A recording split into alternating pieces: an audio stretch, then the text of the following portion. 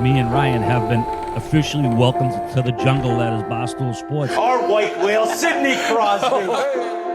Shave his head! Shave his head! Shave his head! Ryan Whitney, Paul Bissonette, R.A., Mike Grinelli, Spittin Chiclets!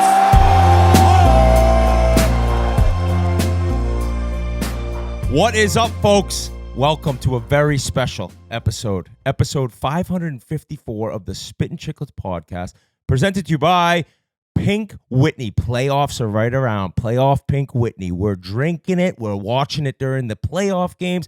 First round, second round, all the way to the finals, and then into the 4th of July. We're drinking Pink Whitney. That's why this podcast is here. We have to shout them out and shout out all of you loyal drinkers. And people who haven't tried it, give it a shot. Pink Whitney. That's why we're here. One of the most incredible sporting events of my life, gentlemen. And it's great to talk to you guys. Rory was drinking it? I was wondering the night Rory had. I couldn't even imagine it. We'll get into it. Biz, what is going on, buddy? Biz, you're in Atlanta. You're now game mode.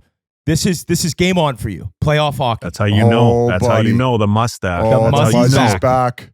The Muzzy's back. Well, Peter we do have Man's one biz. more broadcast on Wednesday, and who knows? Maybe the playoff bracket and the matchups won't even be set by then because this wild card race has been fucking nuts.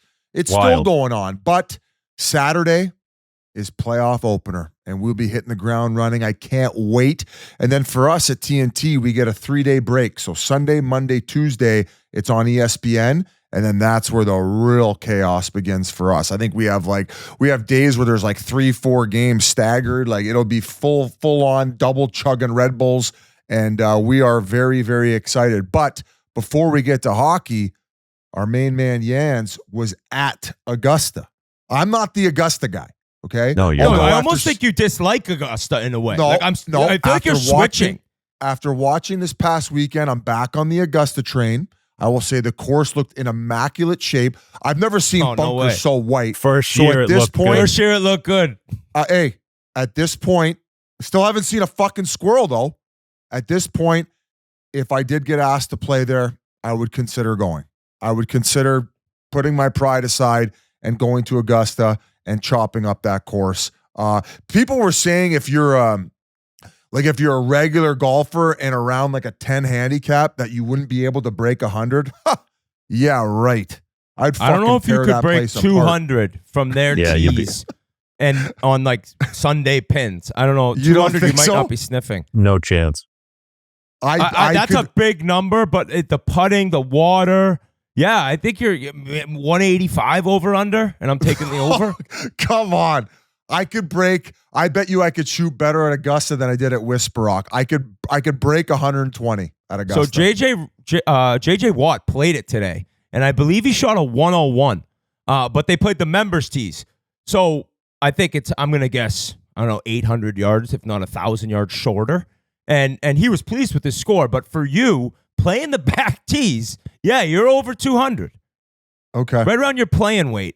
If I did play there, though, with you, Whit, I would give you the Rory McIlroy treatment and not speak to you, though, which was one of the things that came out after this crazy day of golf. Now, I'm not really that tuned into golf, and like the last 3-4 years, I don't think I've paid much attention to the Masters, but after taking a peek at the leaderboard, I'm not the golf guy. I think I knew 95% of the names. So it felt like every big golfer in the world was in the hunt after a few days. And even maybe after Saturday, the leaderboard, it was just like big name after big name. And of course, Rory McIlroy, who's trying to complete the sixth player to try to complete the 4 majors.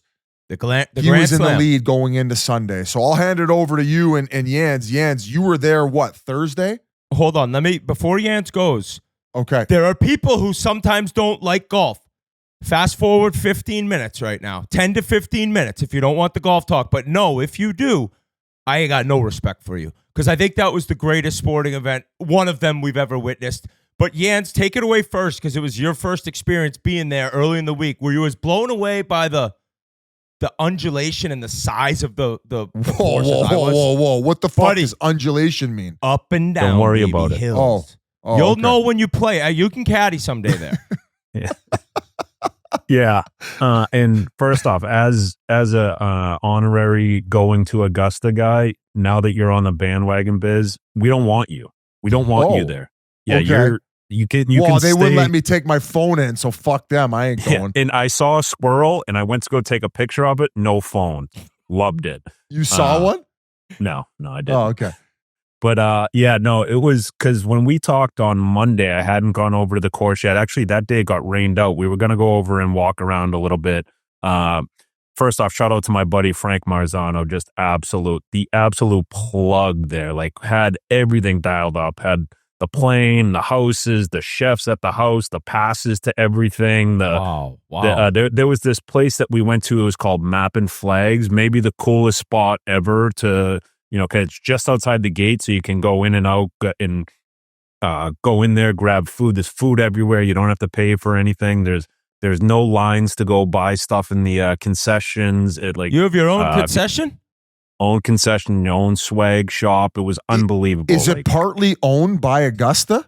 It's owned by Augusta. So I asked the guy, one of the guys working recognized me from the show and was like, what is this place? The other 349 days of the year. He said absolutely nothing. He's like, they don't rent out the equipment. They don't rent out the space for weddings. They do absolutely nothing with it. It's open for 7 days a week. And it's the most beautiful place ever. You mean TVs 7 days everywhere. a year? Yeah, 7 days a year. Sorry. No Most beautiful place. Like, just looks like an awesome clubhouse hang. TVs everywhere. You can't even wear a hat inside that place. It's so Augusta. It was great. Cult. But it was honestly I was thinking about it. Like, us three, we're very, very lucky to been places that we've been. We've been to, Super Bowls, a lot of beautiful places. You go into these amazing golf courses that we're so lucky to play at. And when you walk onto that property, it is the most beautiful, just like eye-opening experience of your life. They brainwashed them. Some of it might have to do where you're not on your phone at all. You're kind of just taking everything in. There's, you walk in, where all the patrons have to walk, and there's got to be a million people walking every day. The grass isn't even brown from people walking on it. I don't know how they keep their grass green. Spray paint biz says. Yeah, the concessions being. They got the paint rollers. The minute you guys step every over, guy. They must have put like Colombian white cocaine in those bunkers, because how does sand get that white? That doesn't even. Ryder make sense. said, he goes, "How is the sand so white, Dad?" I said, "That's a great question. I don't think I'm going to go with your answer about the cocaine, the cocaine from Colombia, but I agree. Once he said it, I'm like, this doesn't make sense. Even on TV, same thing. White. Yeah, but just the most beautiful place I think I've ever been to, probably will ever go to. Everybody there is so nice, and everyone's just in a good mood out there watching golf. And, you're just walking around following these guys. My shins still hurt from how much undulation there was in the course. Like, on TV, you don't notice it as much as, when you're there, but just, you can't find a piece of grass out of place. There's nothing, like there's whole roads underneath that you don't see that. So you never see a truck in there that has like the TV trucks or the cables. It's like Disney where everything goes underneath. You don't see a single, Is that where the Oompa Loompas hide out? All the people who are actually. I can imagine hearing like a big truck backing up, like beep, beep, beep on the tee at like 10 at Augusta. You don't see anything. Not happening. No. I mean, just amazing. What would you say that the ratio was, given it was a golf tournament, like guys to girls? I'd say 87-13. Okay. Great, man. Interesting. Yeah, not a lot of you probably wouldn't like it, because of the guy to girl ratio. And if there are girls there, it's probably guys with their wives or girlfriend or whatever. But you're not there for that. It's just you're strictly there to just watch other people play golf, which sounds crazy to do. We were lucky enough. We got to play Sage Valley which was 15 minutes down the road. Maybe the nicest course I've ever played. Just beautiful, same type thing, hilly, amazing. Set you up. had a Hall of Fame trip. This is it was unbelievable. That was big time. Couldn't ask for a better trip. Yeah, it was truly amazing. Met some amazing guys, big dogs all over the world that you get to learn from these guys. One guy's selling airport planes. Other guy, it's just he brought in his world of people, and I was very fortunate to be a part of it, and couldn't thank him enough for it. That's awesome. The tournament ended up being, I think, the craziest Masters that I can remember. Obviously, there's recency bias, but the Sunday was out of control. And going into it, Biz, you mentioned all the leaders, all the people on the leaderboard, stars, and Rory's leading. And can this guy do it? He blew it in 2011 there, 4-shot lead going to the back nine. And then he doubles the first hole. Like, now, did you guys watch the whole round? Oh, yeah. Okay. I was trying to do the TNT broadcast, but I could barely pay attention. Like, you want to talk about undulation. His scorecard had a lot of undulation. Ups and downs. And that was a full-fledged roller coaster ride, that round that he had. Roller coaster of emotions. He blew it 3 times, basically. I mean, he blew it on one, and then he got it back. And then 13, like, he hits these shots. He's 220 yards. He'll hit a 7-iron a mile in the air and landed it, like, barely rolls out. Impossible shots that, like, 5 people in the world can hit. And then on 13, he's got the big lead. It's a legit, like, Biz, you could make the shot. Like, it's an 85-yard with 5 miles of green left, water right. Just don't miss it right. And he drops it in the drink. I was like, oh, my God. And then I started thinking, I'd never want to see, like, he choked at the U.S. Open, if you want to say choked. He's had all these misses and close calls, and he never gets it done. And now it's become the storyline. I was like, oh my God, I was like sick to my stomach. This guy's he's gonna do this again. And then he bogeys the next hole. And I'm like, I actually was nauseous. I was like, I don't want to see this happen to this guy. And then he makes this insane shot. Like, to hit that shot on 15 and have it land like that. And he had already done it on Friday as well, where he's hitting these majestic long irons, and then no one else can hold the green. He's hitting it to 8 feet, whatever. He birdies it, gets it back. All he has to do, he's got to get to 18 and make a par. And he hits the perfect drive, and you're like, this guy did it. Hits it in the bunker. Another shot, Biz. This is 125 yards. Like, the easiest for him, this is getting out of bed, brushing your teeth for people who brush their teeth, and then actually just going on with your day. No issues. And the easiest shots in the world, he can't do it. And then he misses this putt. Once again, I'm nauseous. So you just mentioned the U.S. Open. That's where he also missed a very easy makeable putt. Like, I like think a 3, 2 4. of them. Okay. 2 of them. Oh, and on 18, like, he didn't even lip it out. He just missed the hole completely. Didn't even hit the hole. Yeah. Not even, yeah. And for him, like, he's at least got to hit the hole a little bit, right? Did you think he was going to make or miss that? Because in my mind, I was going to make that. You did? I was like, I think he might miss this. No. Oh, I thought the one that he missed, I thought for sure he was making. I was going to shut the TV off. But when I saw him walk off the green and the way that he handled himself, knowing that he was going into a playoff against Rose, when he leaned over and he kissed his daughter, I sent the tweet out. I go, he's going to win this. I just felt like it gave him perspective, and it brought him back to the moment. He walked off. And the thing that sucks too, right, is by the time he walks off there to the time you're teeing off again is what, 40 minutes? I think it was probably around 15-ish. It felt long though. Like, he was standing, and I think he was waiting for Rose on the tee. Yeah, he was. But by the end, he then hits that shot, and what his caddy said to him going off 18 was incredible, I thought. He said, listen, if you told us Monday we were going to a playoff for this thing, we would have taken it every single time. And that's pretty sick for a caddy who's been chirped, because all these, golf media fans it's his best friend that they grew up golfing together. I'm sure the guy was a sick golfer himself, but it's not like a professional caddy, right? People would always say, like, he has his friend on the bag.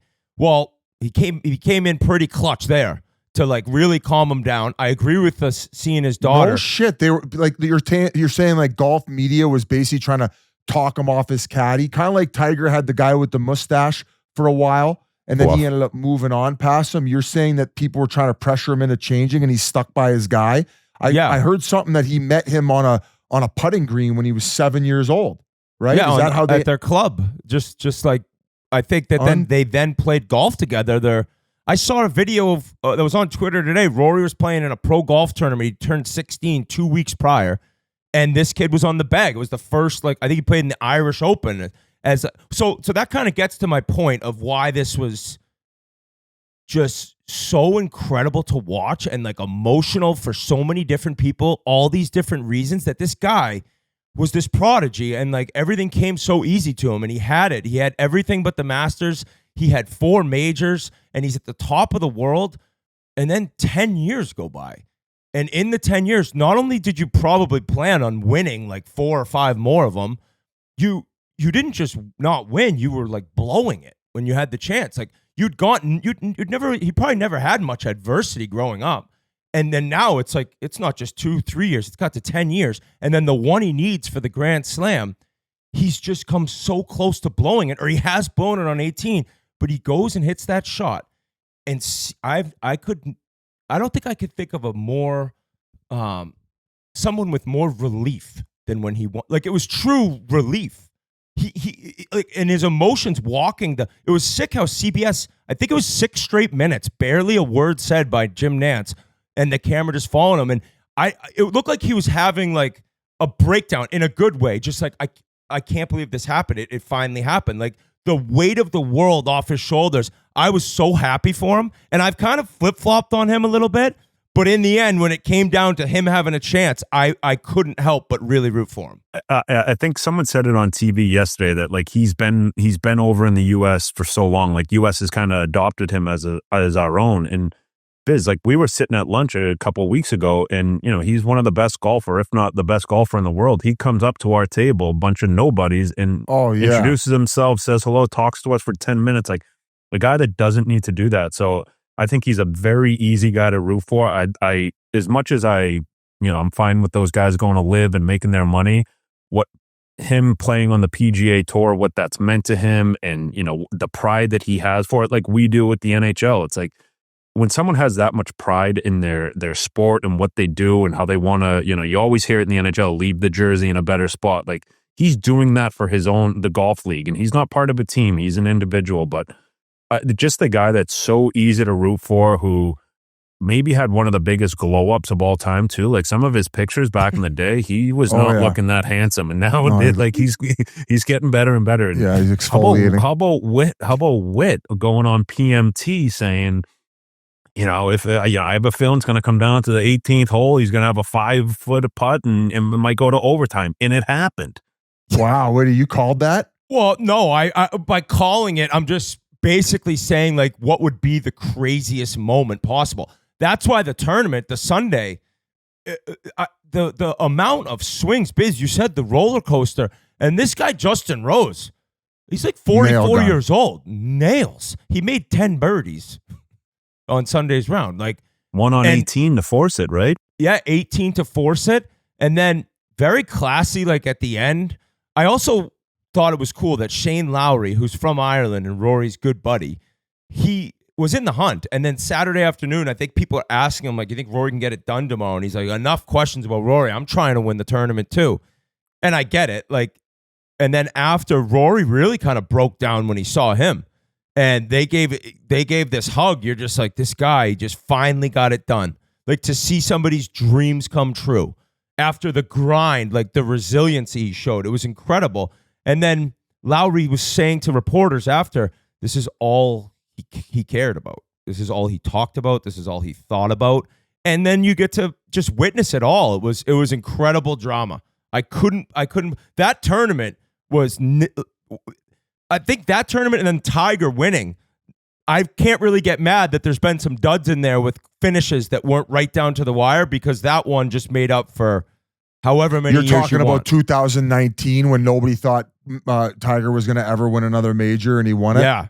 Yeah. That was a very special moment, and I would put this up there exactly with that. It was I'm not a big golf fan, but that was one of the best sporting events I've ever watched all day and paid attention to. And I agree, I couldn't be happier for the guy, and just to put yourself in the history book. So was I right? He becomes the 6th guy to win the all of them, all 4 majors, right?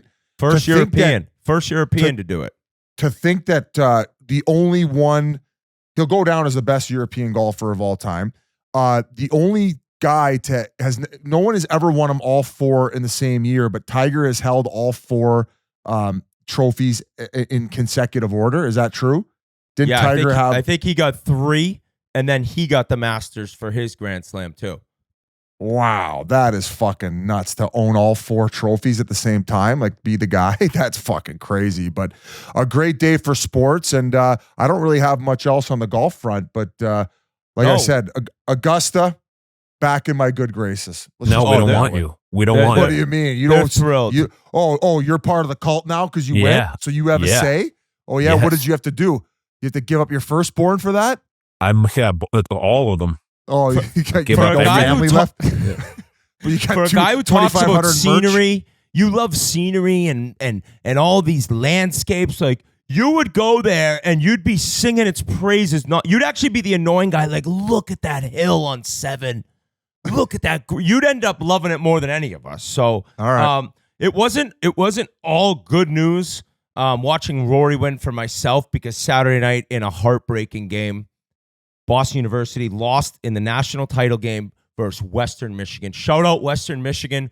First national title. I think they showed the other national titles the school had. It was like 1956, 1957 cross country. So they had a big, talk about a glow They up. won it that year? Yeah, they got it done that year. Maybe 66, 67. That's what it was. Yeah, And I then remember boom, that.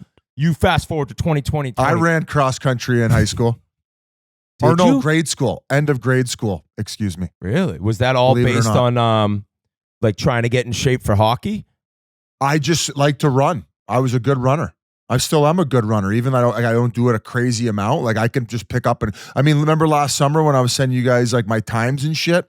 I'd go like 9K, like just hopping right back into it. So I don't think we need to get in the cross country talk. We might like lose all of our fans.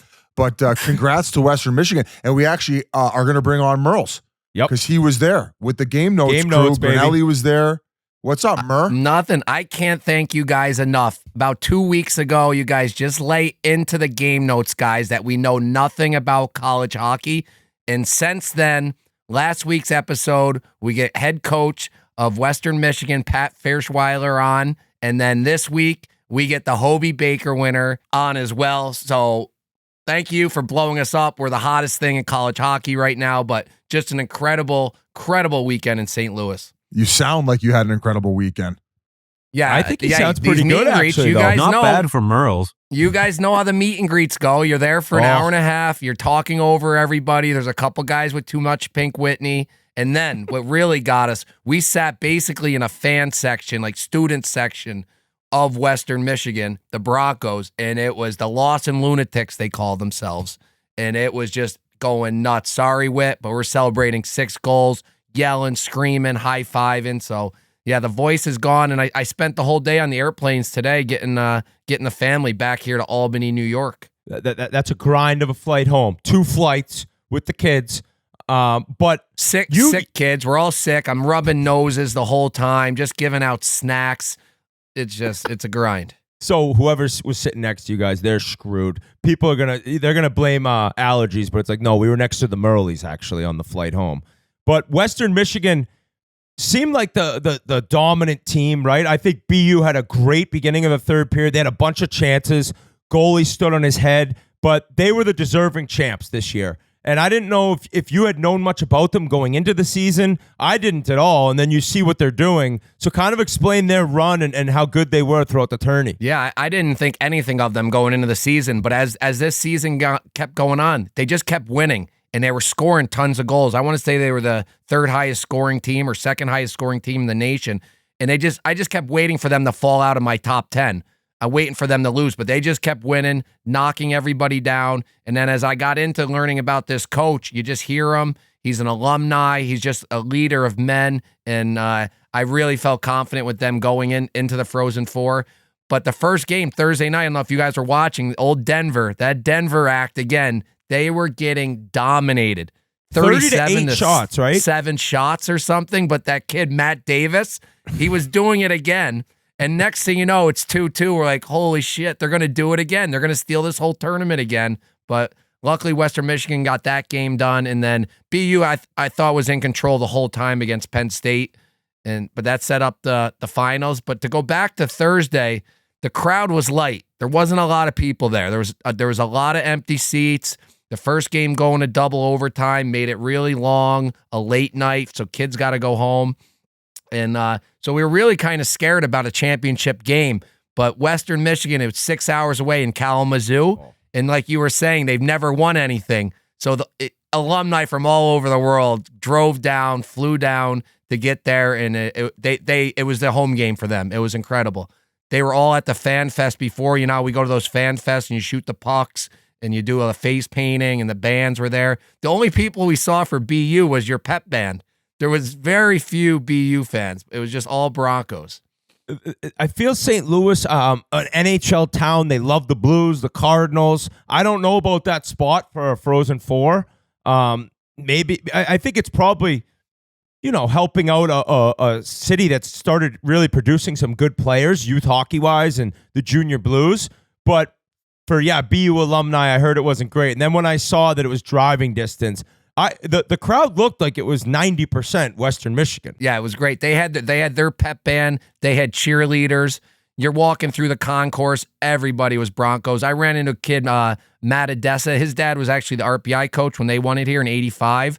And he comes running, Merles. And I haven't seen this guy. I played Junior B. Remember the Boston Junior Bulldogs? Yep. That was his dad, ran that team. And I went to one game with them. He was my roommate. So we caught up. I completely forgot he went to Western Michigan. But really, really cool. Thank God it was them in the finals, because otherwise it would have been brutal there in St. Louis. Like there would have been nobody at that final. I think one thing they were missing was the casual hockey fan. Like so many of these trips, and we learned it a few years ago when we started going, was there's guys trips. There's so many guys that go on these guys trips. It's one time a year. All the boys from college get back together again. And St. Louis just isn't that type of city. It's not the easiest city to get to. It's not a destination city, especially when you have Vegas next year. You had Tampa 2 years ago. You have Minnesota, college hockey city, Boston, college hockey city. So I think, wait, you said it perfectly. St. Louis is a St. Louis Blues city. They're an NHL city. Their fans don't know about college hockey. Their casual fans don't follow college hockey. So I think that was the difficult part. What happens? Does a city bid for it? Like, how does it end up there? Well, I believe the St. Louis Blues, VP, went to UVM and he bid on it, is what I was told. Yeah, it was the weirdest thing that Vermont was the host school somehow. They were? It was in St. Louis. Their logo was everywhere around the complex and everything. It was crazy. But, I mean, the rest of St. Louis was awesome. We went to a barbecue spot. It was probably the best food I've ever had in my life.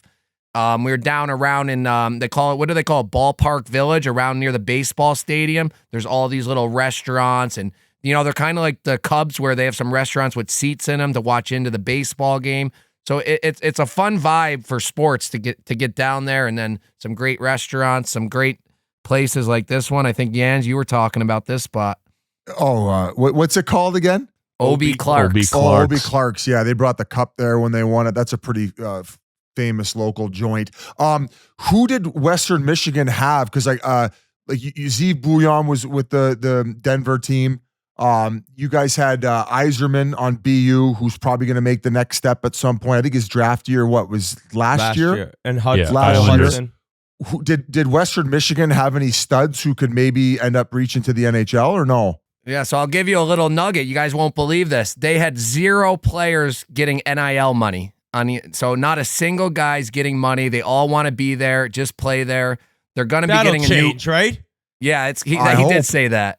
They're actually getting a new rink. They're clearing 4 city blocks to build this thing. It's going to have a game rink, I think, a practice $350 million they're spending. It's insane. Holy shit. He said they're saying yes to everything. They aren't being told no. Okay. But one of their players was their captain was Tim Washy. Is that how you say it, G? Washy. He just signed with Anaheim.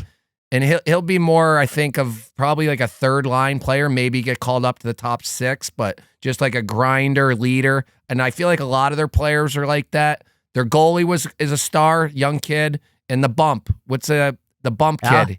Alex Bump, baby. Yeah, so he's a star too. But for the most case, it's just a well-coached, well-oiled machine like we see every year. middle of the group in the age. They weren't super old, but they're clearly not young like BU. Is that why all their fans had signs that said "No lines, only bumps"? Yeah. Okay, that's cool. That's cool. I like that. I'm on the Did they Western really? Michigan train. That was on ESPN. I think so. Yeah, we I'm posted sure it there on our was. page. I don't think the people operating the camera knew what they were referring to. They just thought they were giving their goalie a little tire pump. How was Booyam? Like, was he buzzing out there? Yeah, he played. What was it? 38 minutes. 38 minutes or something in the one game. Just ridiculous. It was 65% of the game, I think they said it would be in a regular 60-minute game. But he was flying around. He looked like he always does. He's good. But they just played horrible. The whole team played horrible. They got complete dominant. They had 7 breakaways. It was, I don't know, 2-1 or 2-0. They had 7 breakaways in a row, and Davis stopped them all to keep them in it. 7? 7. 3 of them were when they were on the power play. Oh my He was God. incredible. Meltdown. He's sick. He's sick. I thought a pretty interesting stat too was first we got to shout out Owen Michaels. He was the Frozen 4 MVP. But when you go back and look at Frozen 4 MVPs, I believe only one in the past 10 years has been drafted, which kind of just goes to our overall point about college hockey, how the teams that win every year are the older, heavier, junior, senior teams, not the teams that are loaded with first-round picks. It's the same thing every year. Well, yeah, It's they're the 27, Quinnipiacs. 28 It's years the- old. They have families. They got to feed their families. They have 401ks. They're like dad strength. But I don't. They weren't that old. I mean, 21.3 was the average age. Middle So of the pack. will the Hudson on BU make the next step, or is he going back to college? I the think one he's brother going just back. signed with Edmonton, the Quinn? forward, and then the small little D. He's Washington's property. I haven't heard if what he's doing yet. I've been told he's going back to BU next year, and BU sounds like they are going to be a wagon next season with all the transfers they got coming in. Yeah, I mean, They might have a higher salary cap than the Bruins next year. Oh, buddy, you should. They got Bruins got $26 million. They to might spend beat this the Bruins. offseason. The Bruins got their exactly. own issues. The Bruins, the Grinelli's boys are in one. I think that BU's like just Pando set up this amazing culture there. Guys want to play for him, and it's incredible to see what they've done. And yeah, Western Michigan, I thought they were going to tie it up. I really did. The guy Eiserman got a one-timer. That kid just scores basically every game. And goalie made an incredible save, but it did suck that it started that late. I mean, granted that it went to double OT. I got to watch all the BU game because we were in the mini golf competition, but I couldn't believe it was going to start that late, like Eastern Standard Time. Merles, my question, Isaac Howard, you got him on game notes. He then wins the Hobie Baker, and he confirms to you guys that he's not leaving and that there was basically an issue. They weren't seeing eye to eye his representation in Tampa. Well, Tampa's got $100K left in salary to spend next year, so they're jammed up against the cap. That's not saying they can't get something done at the draft or move somebody off the book so they can eventually sign this guy, though, right? Yeah, the Iceman. You remember him, the draft we were at? He wore the white suit, and then with his follow-up question, he's like, "Yeah, I'm the hottest guy in the draft," or something like that to Emily No Kaplan. lies detected. He's a like, I handsome probably fella. shouldn't have said that. So he is pretty humble kid. He didn't seem cocky like that in our interview at all. And he just said it. He's like, Tampa and I, we didn't see eye to eye. There was a couple of issues. We have a great place to develop. You guys saw it in the Chiclets U, the Michigan State. It's an NHL facility. So he's not like taking a step back. He's going somewhere to develop, get bigger, get stronger. Their goalie's coming back. They made some transfers. So they're going to be looking at a national championship again. And if he can't get anything done with Tampa, he becomes a free agent on, I think, August 1st, right? I could take a page out of Leonard's book and go back and dominate again. I think one thing too from that interview right before we started it, I think it was the Detroit Free Press released an article about Isaac Howard's heart and that he has a heart condition that no one really knew about, that it was discovered at the Combine a few years ago. So when we asked Ike about it, he said that is a big reason he's going back to Michigan State because they found it at the scouting combine. He went to Duluth. They basically told him it was okay. And then when he went to Michigan State, they basically were like, you're not okay. Like you need to have a surgery right now where they took out veins like from his leg and like put them into his heart. And yeah, he said going back to Michigan State, a big part of that is because of the doctors and how the doctors have been treating him with his heart, which is super interesting that he disclosed that information to us. So rather than just like, because as of right now, it seems like Tampa was saying, yeah, we're going to sign you, but like every prospect, you're going to go down and earn your spot in the roster. And we can't guarantee you that you're going to get NHL games and get called up right away. Where, listen, like you see the situation with Cutter Gauthier and all these other guys where the NHL's gotten so young, and there's probably 10 teams in the league that would be starving to have this kid on their roster next year. So the leverage kind of to him, if he goes back to school at the end of next year, would he be like redraft eligible? Would his like window be done, or would he still be the rights of Tampa Bay at the end of next season? August. It's in August he'll be able to sign a free agent. So he wouldn't be able to play in the playoffs next season. So he wouldn't really be able to see the NHL for 2 years now. Okay. But another big part of it too, Biz, is why couldn't he play in the playoffs next season? Because he can't sign till August unless his rights are traded beforehand. He could play unless they're traded this year at the draft to another team, and then in that case, at that point, they could then sign him, and then who knows, maybe he ends up in the NHL next year. Well, yeah, almost like a similar situation to Adam Fox, where Adam Fox was like, "I'm not signing with you, so either trade me now and get something for me, or I'm leaving." You know what I mean? Right. He did that with who? Calgary or Carolina? Right? It was Carolina. Yeah. Okay. All right. Awesome. And then another interesting thing with Isaac Howard, too, is Will Morlock. Will Morlock was head of strength and conditioning at the U.S. national program. When Nightingale, the coach, went to Michigan State, he brought Morlock with him. So when Isaac Howard transferred, he said, I feel the best place for me to develop and get better is with Will Morlock at the national program. So it's the strength and conditioning and in Nightingale as well. And I would probably argue that like the top programs in college are way better to develop than in the American Hockey League, eating soggy subs, like playing 72 games. Yeah, like but maybe it's a grind, dude. It's a grind. Yeah, but and it gets also, you ready for pro hockey. I mean, I think it's an argument either way. Like you're playing more games, you're kind of learning what it's like to play in pro and go through that grind. You have to do it at some point. So you're developing, I think, still. But yeah, you're talking strength in the gym, right? Yeah, strength in the gym, and also like the American Hockey League has gotten so young now too, man. Like it's not what it once was. Like there's no more Alain Nazardine, 32-year-old defenseman. Like you're like, oh, this guy's like my dad. Like it's more of like, oh, you're 28, 29. Oh, you're a wily veteran. Meanwhile, the guy's just growing pubes for the first time. So it's kind of like you get just as many older players in college now, for fuck's sake. So I don't know. Like I went to that Ontario Reign, the Manchester Monarchs 10-year anniversary. Like when you go watch college hockey and the AHL, it's not that much of separation, in my opinion. Yeah, there's a few guys, but the good players are getting called up if they're young enough anyway. So I don't know. That's just kind of my opinion on that.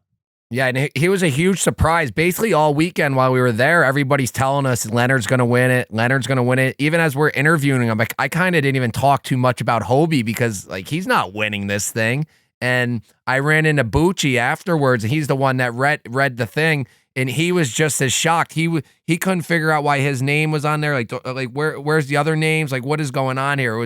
It was shocking to all of college hockey that he took it ahead of Leonard, and there was some tinfoil hat guys like you, Biz, that were saying part of it was because Howard, he announced he was coming back, maybe got some late votes because they like the guy returning and they can use him again in college hockey as a Hobie guy. Wow. So I mean, for what do you guys think? You're the college hockey experts. Do you think Leonard got screwed? I think so. Like he was the best player, the most talked about player. The only thing with the Hobie, there is some stuff that sometimes it's off ice if you do some charity work or different things like that. So I didn't dig into it too much like that, but I was just too busy picking the national championship winner for everybody, Biz, giving out a lot. G didn't pick BU once, and then he does, and they lose. So, I mean, that's pretty easy to explain right there. And I knew it. I saw when he was going to root for him. I'm like, we don't want you. I told you. Jumped right off. You've been rooting for BC for 2 years, and then all of a sudden he's rooting for BU. Overall, a very successful college hockey season, though. Another year of growth, another year of a first-time winner. Buchacross tweeted it was his 12th Frozen Four, and I believe 6 of them are first-time winners in school program history. So that's nice. I mean, that's parity, and I mean, what are we at right now? 68 teams? Gee, do you know? I think I saw 64 or something. Yeah, I saw 64 as well. Well, And one we're gonna more see- thing, great for college hockey. The rumor boys are hearing Gavin McKenna to Michigan. That's what the rumor boys are Whoa, hearing. whoa. The Did you kid see who's that playing kid's in goal? Medicine Hat? Yeah, that Yeah. was insane. That That goal goal he scored, I'm was still confused by it. yeah, that was like 2 fouls. That was hot sauce from the mix and one mixtape tour. Like he Yeah, can't with go the- back with to the the back AHL checkers. next year. It's too easy for him. Gee, I completely agree with you. I that kid, I think it would be nuts. It's a joke for him every game. He gets 5 points every game. Can't go back there. And that's a prime example of why they needed to open it up, where you can go play junior, develop at the ages of. Was he a double underager? Was he Yeah. playing at 15? This year he's a double underager, I think. What?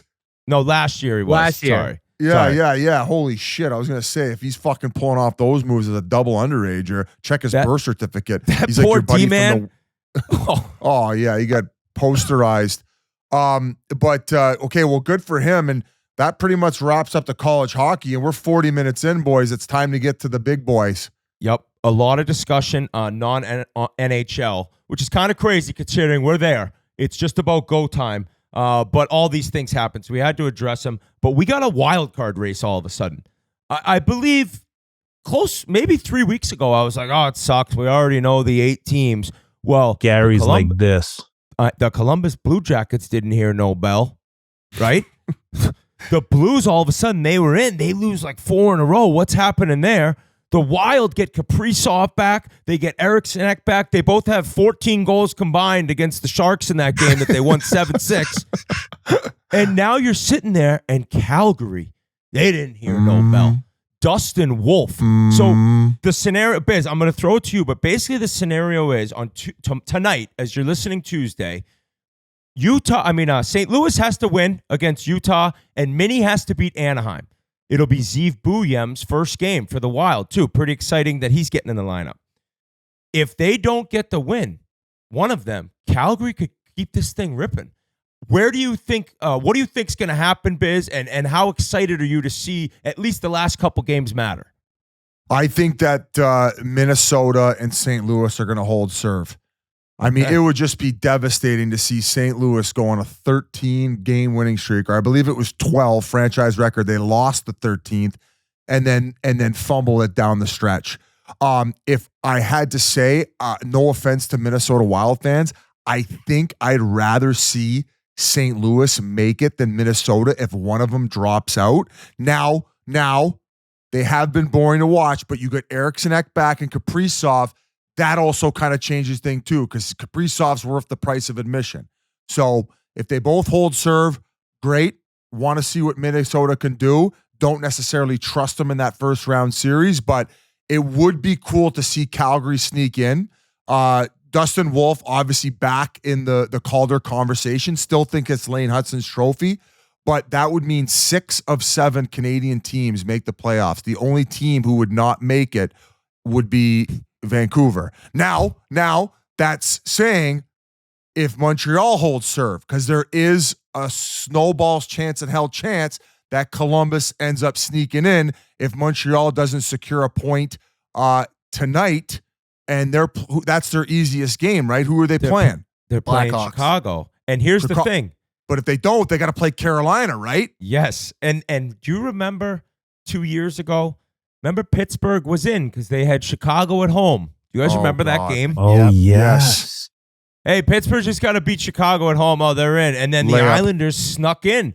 So Chicago, I tweeted out that tonight is probably not that far off from USA-Canada atmosphere in the Bell Center. They're looking to get in the playoffs, and it's Demidov's first game. Because the news came that he's in, he's coming. Merles, as the Russia guy, like, are we hearing, is everything correct in that the expectations are Kucherov, Kaprizov like? He broke all their records at that age. The under, what is he considered, a U20 player in the KHL? He broke all their scoring records. And some people will come to you right away and be like, well, they're playing a few extra games now.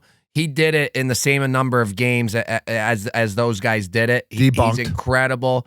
You remember we were in Montreal. They already had him on the banners for the season ticket sales. Did you see him enter the airport in Toronto? All the people are outside. Oh, yeah. This guy is the next coming of Christ for Montreal Canadian fans, and everything No I've pressure, seen, bud. the highlights. I'll catch a ska game every now and again, and every time he's out there, he's a difference maker at that age. You know the league; it's not an easy league. So I expect him to be exactly like Kaprizov. Is it fair to say, like, he looks so silky and smooth when he's skating out there? Is Kovalev a good comparison?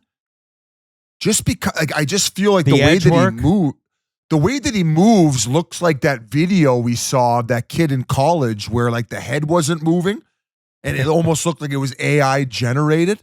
Where it's just like, well, how come his, like, the middle of his body and his head aren't moving when he's moving his arms around and he's doing those things all around his body? He looked like McKenna on fucking on acid out there.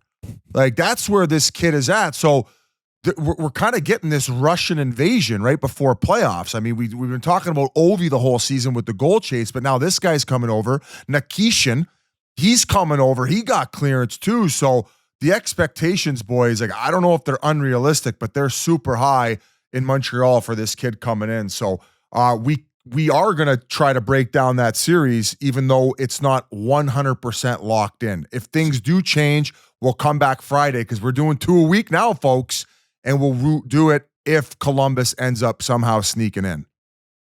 Yeah, we're gonna address and kind of look at the series if Columbus ends up getting in. I think Montreal gets it done tonight. I mean, as you're listening, you'll know if I'm correct or not. Might have just mushed them, but I think they get it done. It'd be a hell of a story to see them in. Columbus, I also respect the hell out of the season that they're having. They were done, and then they went on to win 4 in a row to get back in the mix. I think 4 in a row. So we'll get to the previews. We will re-preview whoever's Washington playing if Columbus pulls off the upset and the miracle. But we're going to start, and Merles is involved in this, with the Edmonton Oilers and the LA Kings round 4. We don't know exactly quite yet who has home ice. It looks like the Kings will be able to secure that. They play this evening. That's trouble for you, Whitty. That's the best home record in the league right now.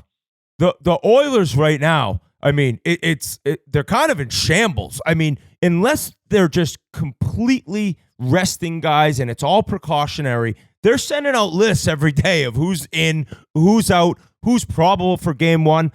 But we got crushing news, and that is Mattias Ekholm is out at minimum for the first round. I saw a report that it said for the rest of the year, and then I don't think that's been solidified as necessarily truth. But no matter what, first round, you don't have him. I know everyone who maybe doesn't watch Edmonton saw him in the finals last year, but for people who see Oilers games, this guy is their number 1 horse.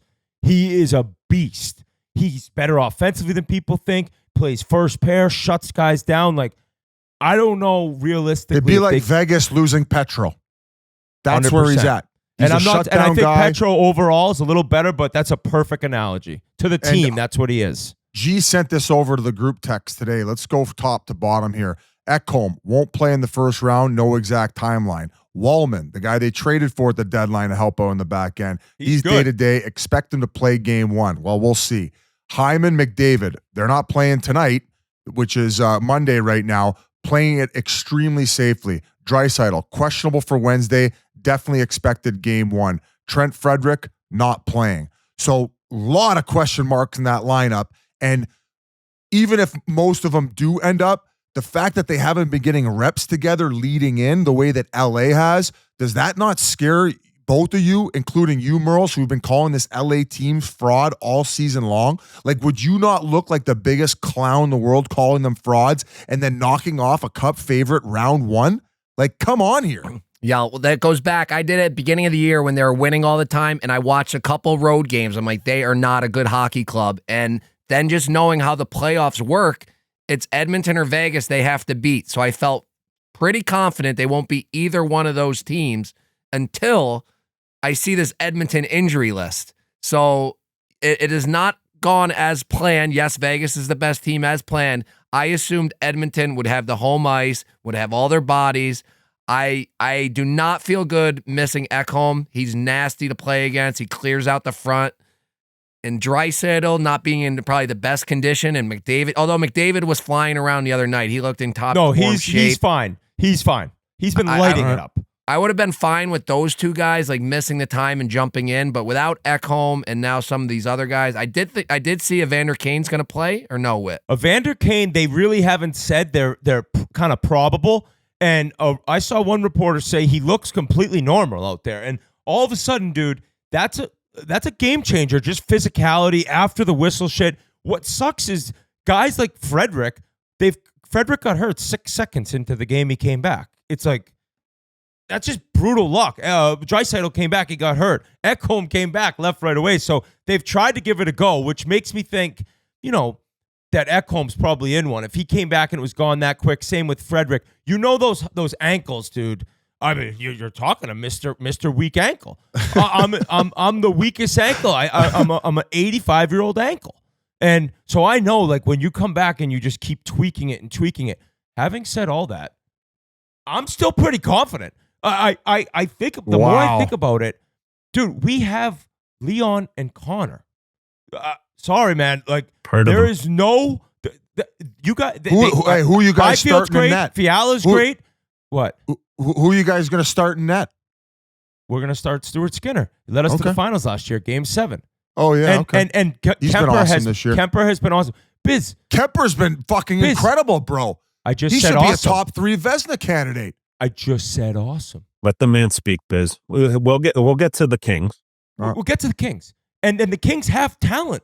60-point, 70-point guys. Buddy, you don't have 97 and 29.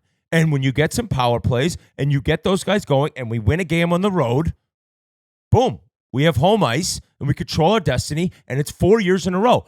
Am I as nervous as I've been? No doubt. But I thought about it more. I'm like, they're not losing to the Kings. All right. And know who knows more than all of us all the time are those guys out in the desert. Right now, DraftKings Sportsbook, Edmonton Oilers minus 135 to win the series, LA Kings plus 115. So last year, I think they were 250, though. So big difference, Biz. I like the well-balanced lineup. Like, if there was any question of scoring goals like early in the year, Quentin Byfield off to a slow start. He's been great in the second half. Moore's been a little bit better offensively in the second half. They get Kuzmenko over, where I thought that was almost like a prayer shot. Well, it's fucking worked. I think he's got near 20 points as he come over at the deadline. So all of a sudden they have this well-balanced lineup. And I think that Danault will produce a little bit more offensively than he has in the regular season. Only 8 goals this year. I know. I see you laughing, Whitty. I'm not worried. Him shutting guys down is, if it was offense, it's a disaster. I'm already worried about him. He's so good defensively. He's a wet blanket, and he could shut down one of those top guys that you have. See, that's where I think you're a little crazy. Crazy? You don't shut those two down. You don't, Biz. You've seen it. Well, if there's one guy that I would trust to do it, it's the wet blanket, Danault. Because we had McKinnon on before, and we asked him, we said, who's one of the more underrated players you've played against in the league? And he mentioned him and how good he is defensively and his reads. Haven't even mentioned Adrian Kempe, 40-goal guy. The guy's a machine. He's a speedster. So as far as the speed, they got it. Okay? And going back to that Darcy Kemper, we're talking about one of the best goalies in the league this year. Nobody's even talking about him. He's at like 2 goals against per game with a .921 save percentage. Unbelievable.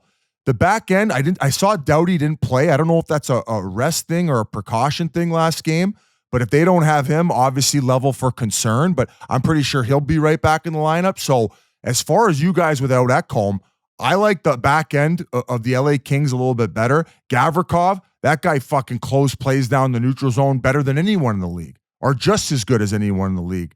I honestly think that the LA Kings are going to upset this Edmonton Oilers. 4 years in a row, boys. You'll hit it at one point. Boys, this is a way different situation as far as injuries, depleted lineup. We're talking about an older, smaller, slower team. Jeff Skinner, no playoff experience. Does that scare you at all? No, because he's actually heated up and like turned it on in the last since mid-March. He's kind of flying and scoring, and so is Arvidsson and Perry. Shout out Corey Perry, 18 fucking goals, dude. He's 40 years old. He's never missing a pregame skate. Stoff tweeted out that they had like a 9 a.m. skate for an afternoon game. I think he was the only guy on the ice. The Worm, the guy's obsessed with hockey. He's still scoring. He fights like more than anyone else on the Oilers. I'm like, the Worm, Corey Perry, is going to play until you drag his body off the ice. And I think that he's a playoff type guy. Biz, I get what you're saying. Keith, you haven't said anything, but I know you're now a Kings guy. You send us over a picture in an Ice Cube Kings jacket. Yeah, since going out to that LA Strong game with the support the Flyers out there, just the way that they took care of us and Biz's minor league team that won the Calder Trophy 55 years ago. It's amazing the organization they got running there. But I was talking to Jared Stoll today, and just the team that they have right now, it reminds me of the Kings when they went on their runs, winning 2 cups. They don't have the 100-point guys. They have Kempe with 68 points, but they are smothering defensively. They're big. They wear teams down, and they do it collectively as a group. They're not they're not just one guy out there like Edmonton is, unfortunately. But they had the 2 best players in the league, so they can do that. But I just like the way that they are playing right now, going into playoffs, the whole year that they've had, winning at home,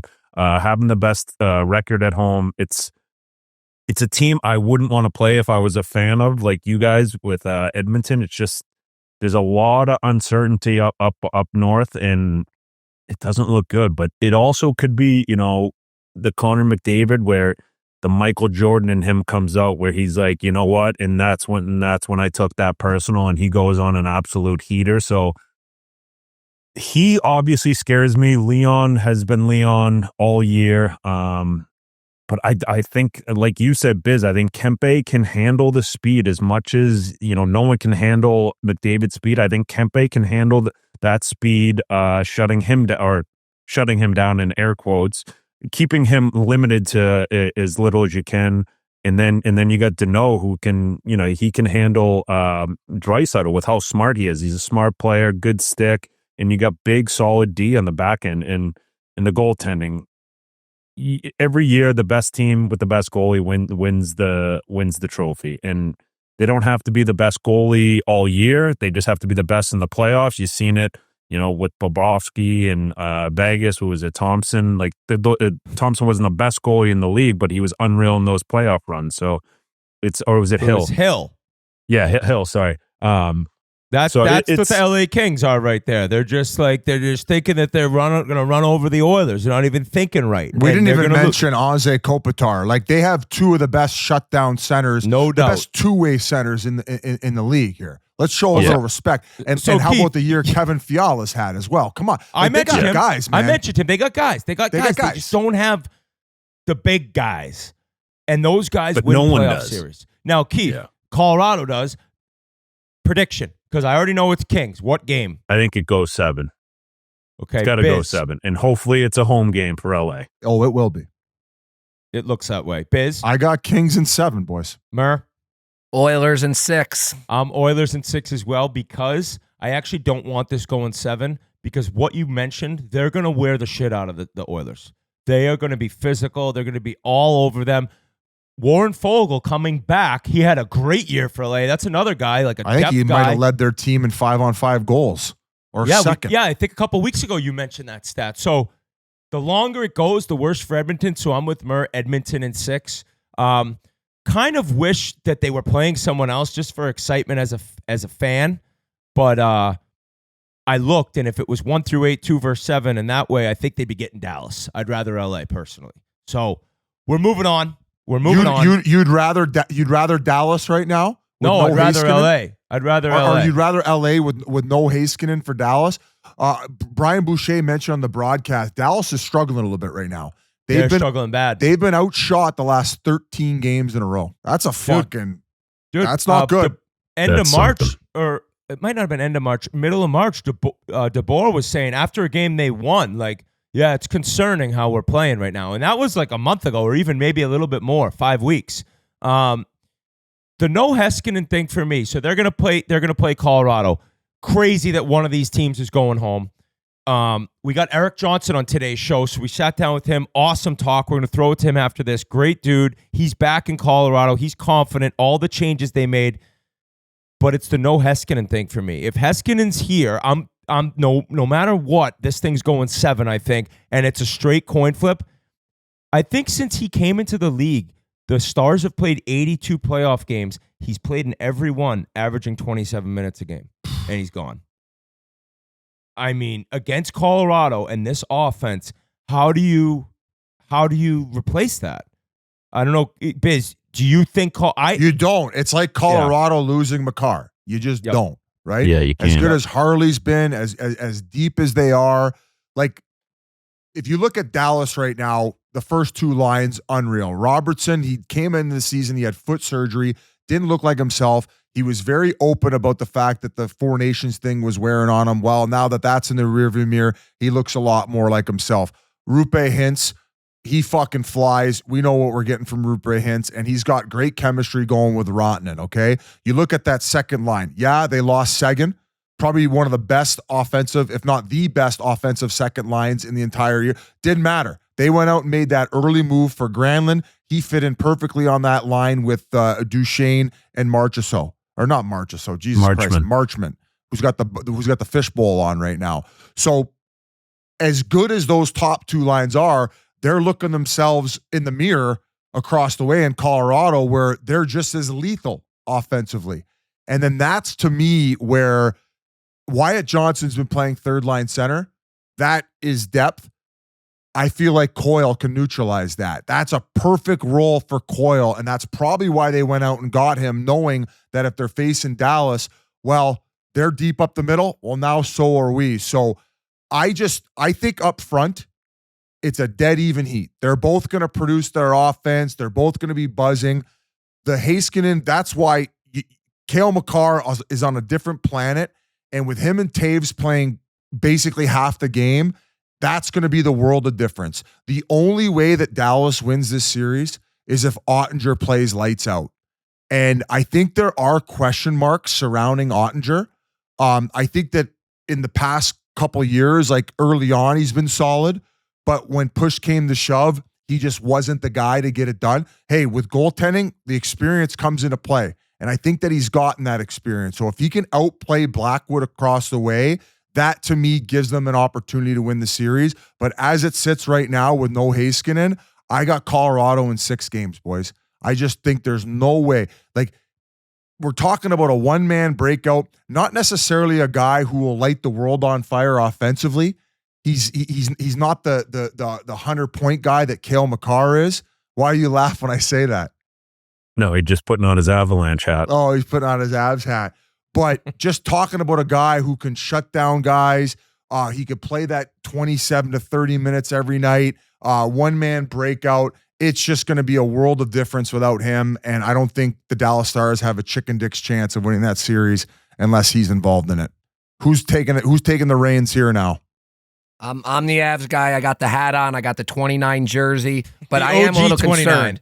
OG. I mean, these guys got the grocery list of injuries like you do too, Whit, up in Edmonton. I think I saw 4 or 5 of them got to go watch Landeskog's game because they didn't go on the California road trip. You read the names right here. Ross Colton, upper body. Druin, lower body. Lehkonen, lower body. Lindgren, upper body. McKinnon just says injury. Then they rested Makar and Taves, but then there's Manson, upper body. Nichushkin, lower body. Those are some heavy names, some big hitters. They're We playing don't know. possum like the Panthers. Like, that's a lot of good players if they are banged up or if it was just all kind of fake injuries to get out of that game. But I like the Avalanche. You got Makar playing 30 minutes a night. They got 2 great goaltenders. We've seen that a lot recently in the playoffs where the goalies are getting flipped back and forth. You need a couple options. They have that. They both played well. So that doesn't scare you? The 2 goaltender tandem scares me a little. It used to until it started working these last few years. When Remember has in it Florida? worked? But Yeah, Bobrovsky didn't start the one playoffs, and now he's in there. I know. In Vegas, I think Vegas that year he jumped around. Aiden Hill didn't play every game, right? So Yeah, but they end up going with one guy has to end up taking Steal over. it, yeah. I like that. I agree with Like that. you're not in the conference finals or the cup finals going back and forth every game. I don't think we'll ever see that. No, it's just if you do need to switch something up. Like, didn't Edmonton do it last year? They took Picard Skinner out for a game. Picard won a must-win game against Vancouver. Yeah, so you have that flexibility as a coach that you can maybe, if to switch things up, you throw them in there. Anyway, Avalanche in 6, same thing. I need them to win it at home. I can't have them going on the road for Game 7. I got the Avs in 7. Kind of everything you said. Biz, the Coyle move, I completely agree with your take there because I think we've said it many times. If he's your third-line center, you got a cup contender. The Bobby Holik line, right? And when he's like third line, he's playing 18 minutes, maybe 17 minutes, he's PKing. It's like, wow, we trust that third line when they're out there. And McKinnon's sicko mode, he's the same thing as with the Oilers in my discussion about LA because, I love Rantanen and Robertson and Wyatt Johnson, some great depth. They're not McKinnon. They don't have a guy that level, and they don't even have a Makar either. So it's basically the dominant players, no Heiskanen. Ottinger has to stand on his head. I know I'm repeating all you guys. I got Colorado in 7. I still think it's deep series. Jamie Ben's going to have to go old school Jamie Ben if they have Dummy a chance some guys. He's going to have to do something real stupid and create some intimidation in that lineup.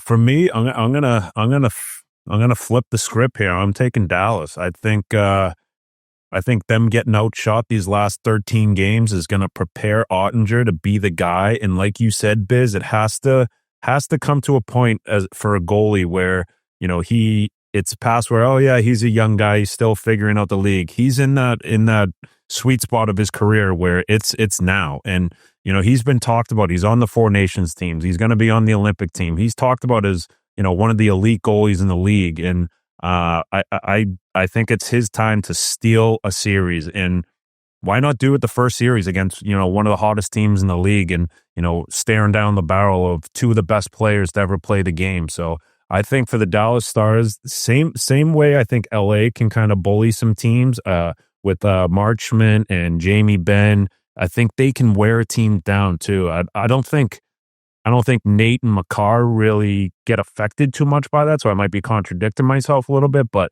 the rest of that team, I think that those guys can wear some teams down. We talked to Duchesne's earlier in the year. He's another guy. He's starving. He's playing against his old team, a team that drafted him and gave up on him. He's going to be fired up. So and same too. We talked to Jim Nill and. Since that interview, I've been all in on this guy. Just such a gentleman of the game. Loved his story and everything. So I'm going Dallas in 7. I think this is Ottinger's series to, kind of show who he is and why he's the guy that everyone says he is. I mean, let's never forget. Pour one out for Jim Nill being next to Bonnie Blue on the YouTube thumbnail for about 10 minutes. An all-time moment in the show's about history. 10 minutes. All-time moment in the show's history right there.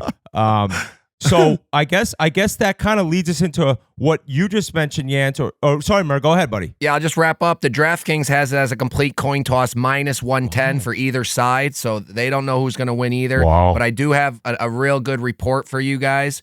Nichushkin has been put into the Denver Baza for the entire 7-game series. So. Hey, shit. We talked about it. Did you see all those guys who didn't play against Anaheim the other day? Like, they're naming off all the guys, didn't travel. And then they were like, Nichushkin traveled with the team, but he's not playing.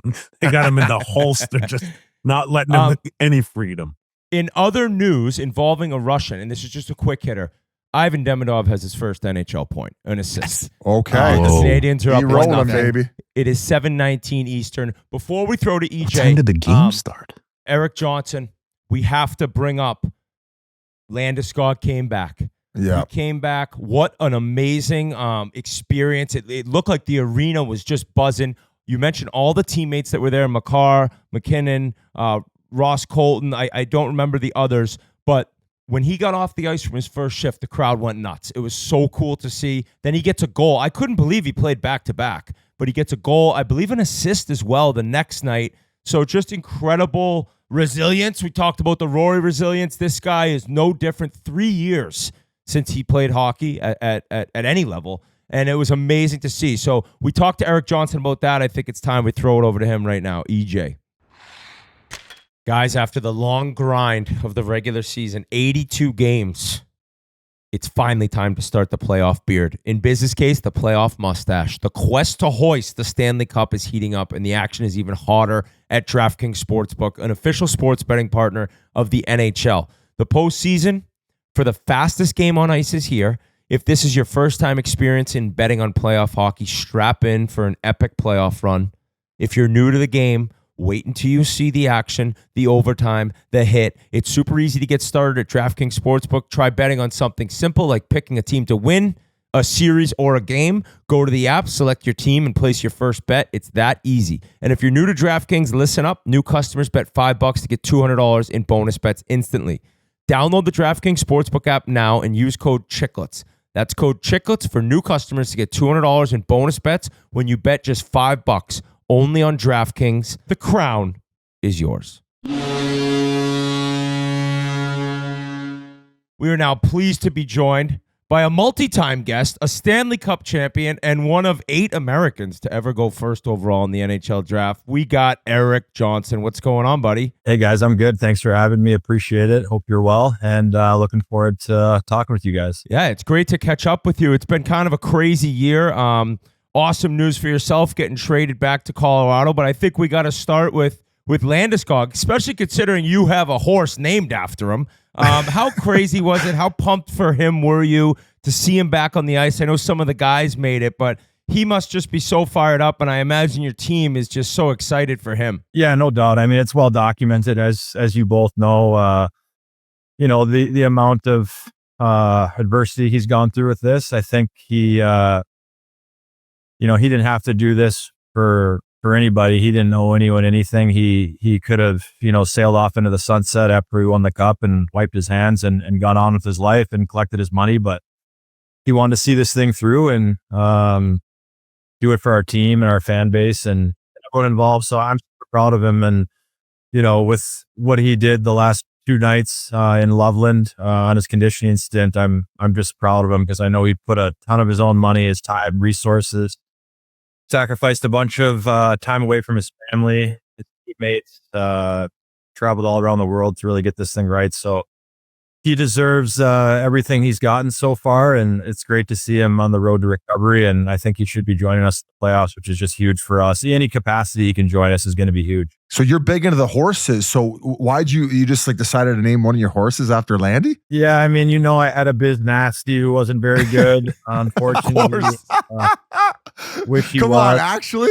Was he slow? Landeskog was pretty good, and yeah, he's a good-looking horse, just like his namesake, and thought I'd roll with it, and thankfully he turned out all right. But yeah, no, it's all in good fun, and nice to get the pucks and ponies together a little bit. Can you describe Biz Nasty's horse qualities? Like tell me. You wouldn't stay away from their female horses. He's actually just trying to fuck. Unfortunately, so yeah, he had no testicles left.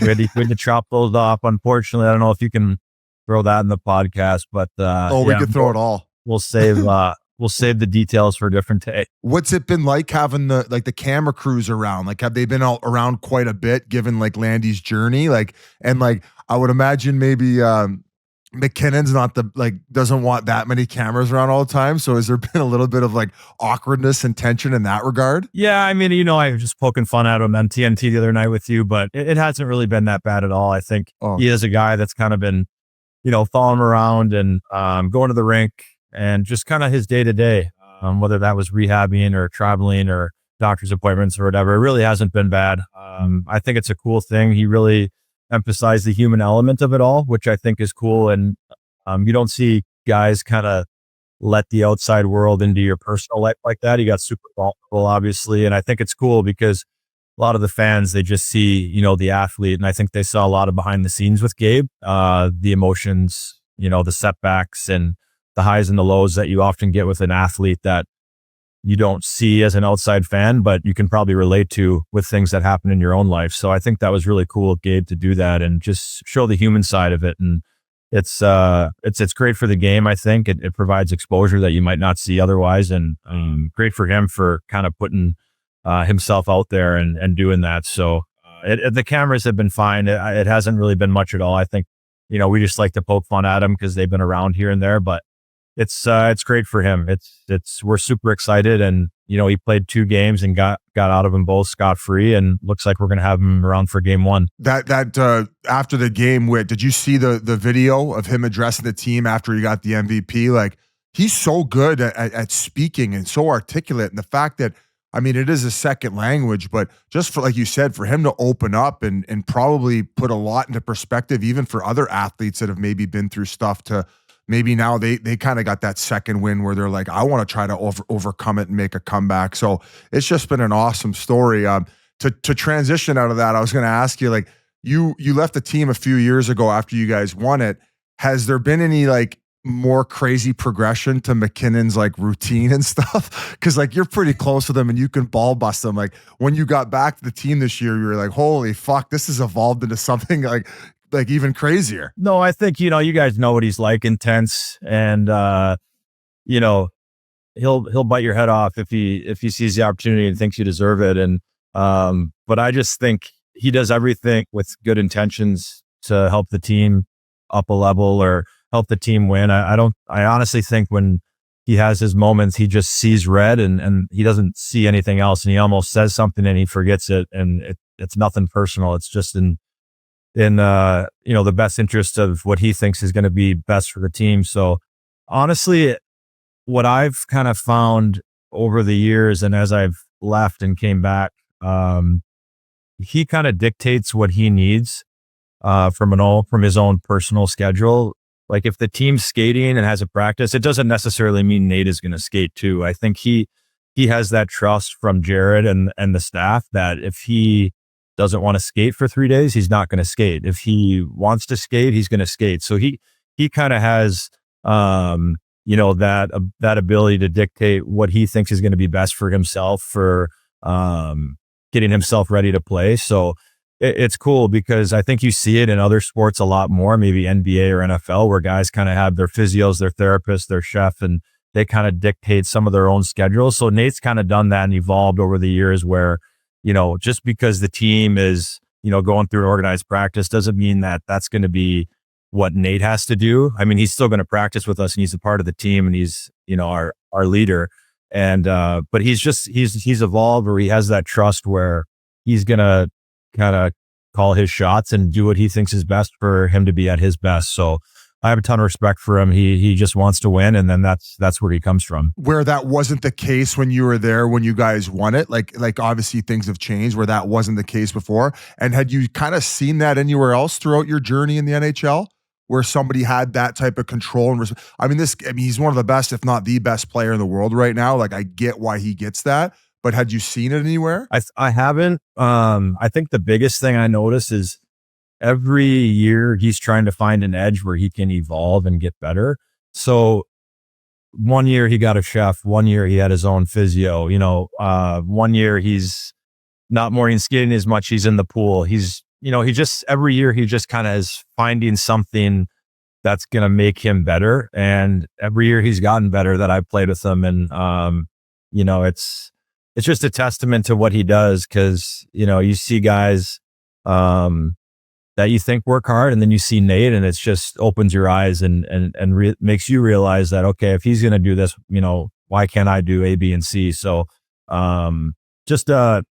he's 8 years younger than me, but I've learned a lot from him. He's helped my career, and I look up to him, even though he's much younger than me, and just done a lot for my career. So, whatever he says, guys are definitely watching and maybe trying to implement themselves. EJ, I got one. Obviously, as a D-man, like the three of us on this pod, and Biz wants a D-man, but yeah, got to ask you about Kel McCarr. Like, for yourself, you came in first overall pick, a guy that's lived up to everything. You've had an amazing career, but have you ever seen, not only just a player, but a defenseman like McCarr, like what he can do night in, night out, and just like he changes the game every time he's on the ice. And as a defenseman, I think it's just so cool to see. Yeah, it's unbelievable. I mean, you guys know how good he is and see him play all the time, but just being able to see him in practice and how he approaches each and every day. I mean, you would talk to him and just think he's, Joe from science class. He's just like this, unassuming, like kind of dorky, but like the guy you'd want your sister to marry type guy. You know what I mean? Like there's a quiet confidence about him, but he's got that just ice in his veins, and nothing phases him. He's so even keel, and he's really taken that next step as a leader too, where, he's not afraid to say something or bark at somebody. So I think what just sets him apart is his physical talent and abilities are outweighed by how tough he is mentally. I don't think people see that, obviously. But he's just one of those guys where just a salt of the earth human being, great family, great mom and dad, just a super kid that was raised just unbelievably, and just a guy that, I'm proud to call a friend, and a guy that I want and just blessed to watch every day. And you see the on ice gifts, but just a special guy off the ice. And I think he's still going to get better and better. He scored 30 this year, sat out the last couple of games, could have maybe hit 100 points, who knows? But just nice to have Kale, and Haight has a 1-2 punch, as forward and a D. So it's special to come to the rink with those guys. I think there's a realistic chance he ends up getting 40 one year, which is just wild to think about. Even 30 as a defenseman, it's crazy. But going back to you and coming back to Colorado, you were very thankful to Danny Briere and Keith Jones when the move was made. So were they kind of in touch with you? Was it something you had a say in, being the guy that's accomplished as much as you have in the NHL, where a younger guy, he's just dealt. There isn't much discussion prior. But how did it go down for you when you were sent back to Colorado? Yeah, Whit, I think I was super grateful because they gave me the opportunity to extend my career. I mean, I don't know. I wasn't talking to any other teams. I was just focused on returning in Philly in free agency last year. And, they said, you're probably not going to play a lot. I said, that's fine. They said they wanted to develop their younger players. They wanted me to be involved in that process. I said, sure, no problem. And, a lot of people were asking me, well, aren't you pissed you're not playing? And my response was, I'm honestly happy I'm able to be in the NHL still and provide some value. So I didn't look at it as a negative. I just saw it as a positive. They wanted me around to help. And when I played. And when I didn't, I was just the best teammate I could be. I was so good in the room. That's where they left me all season. But come down for intermissions in your suit though, bud. D-man Torts literally told me to stay home. No, he well, at least he didn't try to fight him.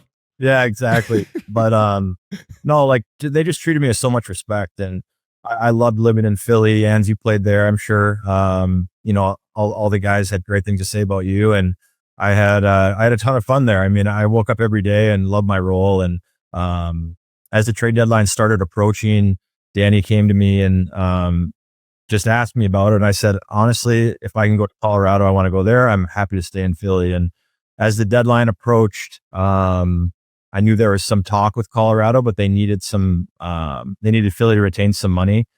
But Philly had all their 3 retention slots filled, so they couldn't retain any money. And so Danny said the morning of the deadline, it's probably not going to work unless Colorado moves out some salary.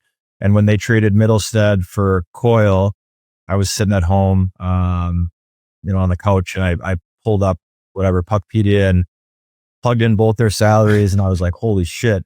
Coyle makes $500,000 less than Middlestead. This might open up some money for it to work. And a minute later, Danny called me and said, hey, I don't want to do this, but I'm going to do this for you. And I have a deal in place to send you back to Colorado about 20 minutes before the deadline. And you're just cool because spending 13 years of my career there, won a cup, and definitely emotional, but grateful to them because they were so respectful of how they treated me all year, and just a first-class group of people. Jonesy, Danny, Dan Hilferty, the president there, and just a great place to live. I loved it. Great group of guys, and really grateful for what they did to me to get me back to Colorado. You should gift Jonesy the Biz Nasty horse as a thank you.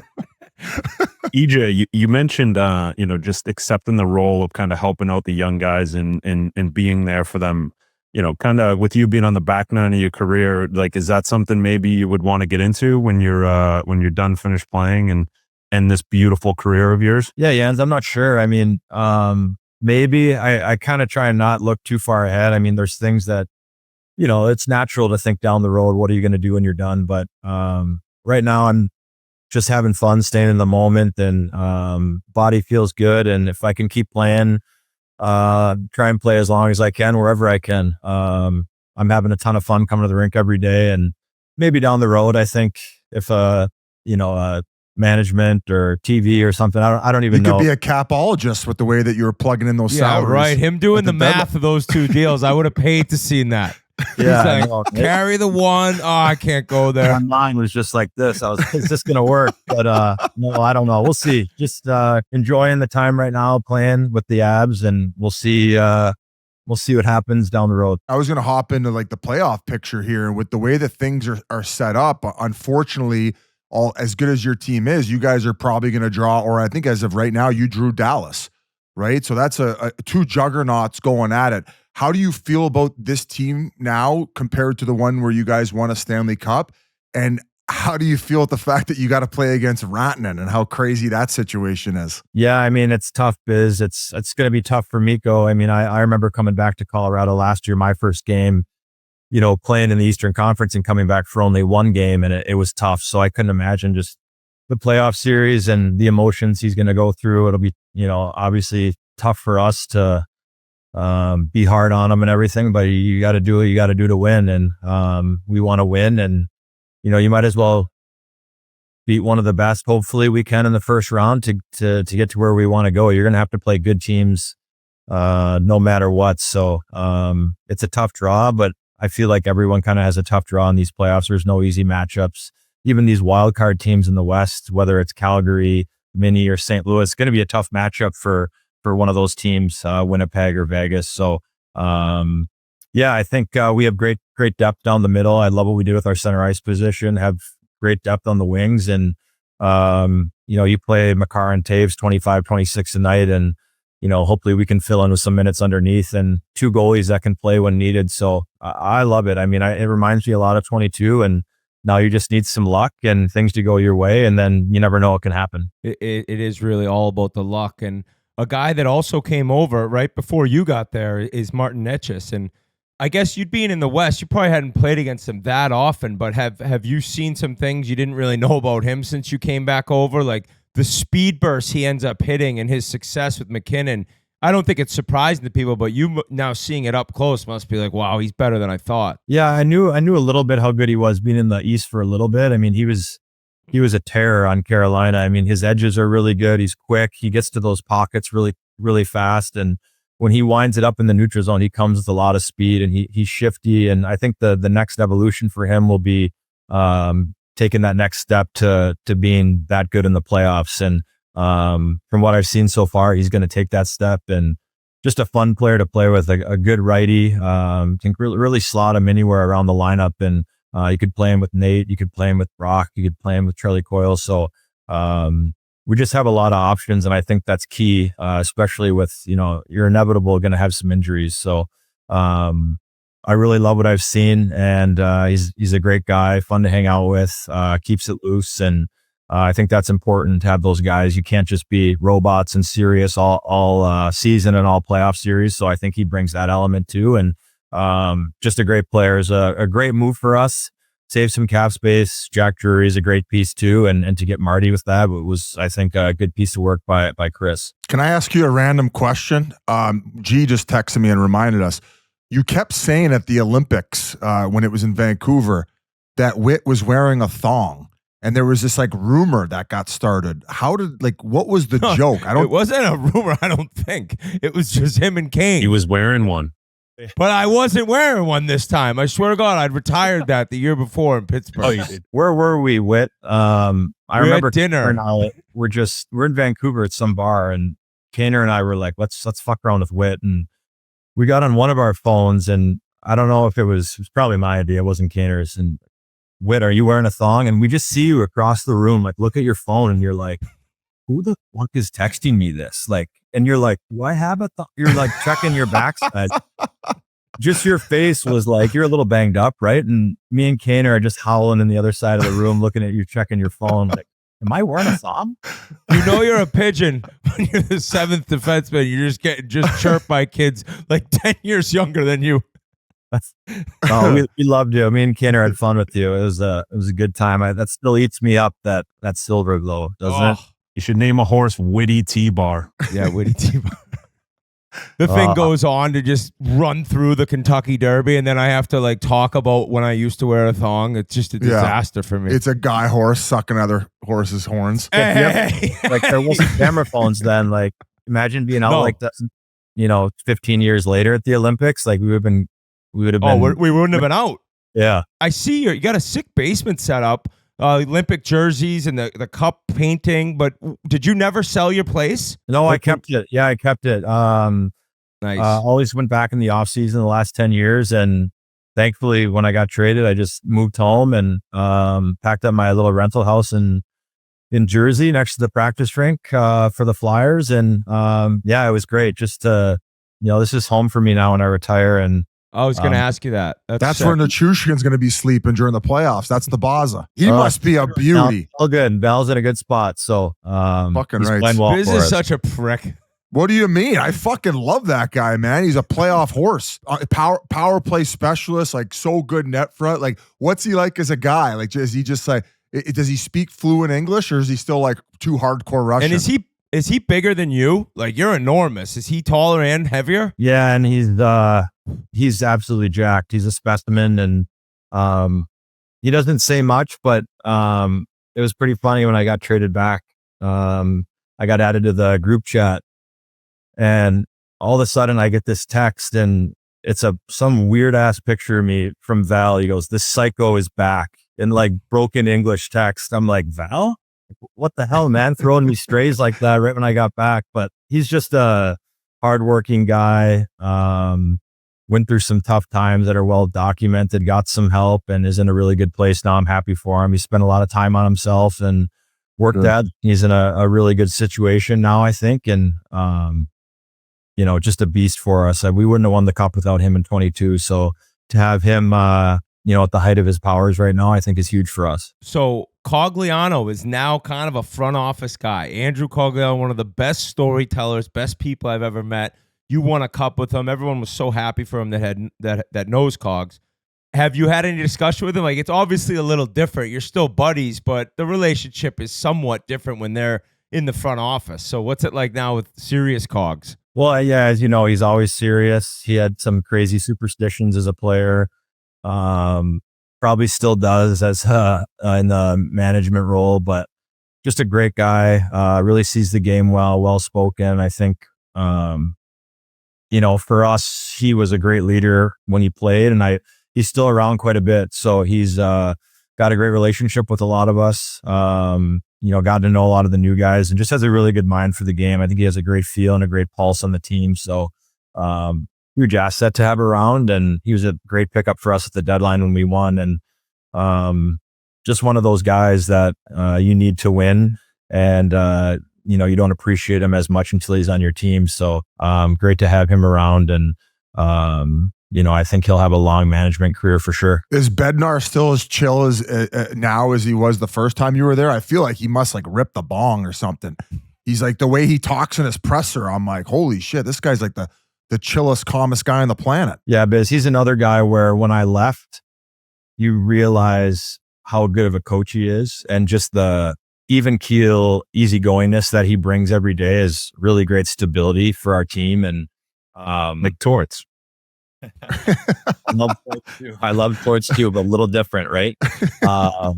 So Bedsy, I think he just really gets how our team operates. He knows how to handle Nate. He knows how to handle all these superstar players, and that's not an easy thing to do. It might look easy, you just throw these guys over the boards, but Nate has an intense personality, and he'll challenge your coach a lot, and he does that. And I just love Bedsy's attitude, and I think he's an underrated coach. I don't think he gets enough recognition around the league for how good he is. And he's put this team 8 years in a row in the playoffs since we finished last in 2017. So he just has provided so much stability and different ways to look at the game. And when I was gone the last year and a half, I really loved playing for Torts, and I thought he really made me a better player.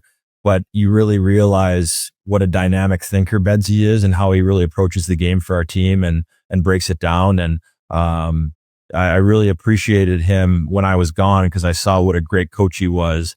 And I think he's just ahead of the times for how he sees the game and how he presents it and breaks it down to our team. And just made me a better player and made this organization a better team. Wow.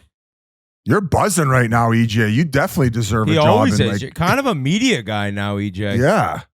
That's Get what I'm that seeing in smile the future. fixed. I know. I need some new teeth. Once those jibs go in. Yeah. What was like the one restaurant, like, I guess people in Denver would appreciate it, that you could not wait to get back to, or your number one spot when you're going out there to dinner? If you're going downtown, I would say A5 Steakhouse is really, really good. Garden Grace is really good. If you're in Cherry Creek, I would try Hillstone. It's like a chain. That's part of fucking Houston. That's Houston's. Yeah, Business Incident, right? That chain, right? Yeah. Yep. Yeah, Houston's is like the mothership, and that's like the little sister shop. Yep. Quality Italian. If you want to grab a cocktail, go to Forget Me Not. There's just a bunch of great spots. As you guys know, Denver's a city that's taken off, I think, the last 10, 15 years. And I love living there. It's great people, great weather, great food scene.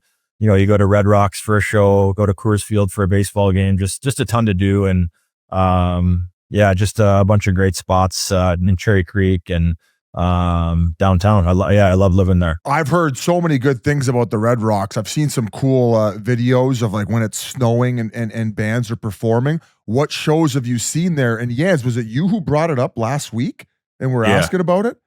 So how when far? you were FaceTiming that girl. Oh, okay. Well, we don't need to go into that one.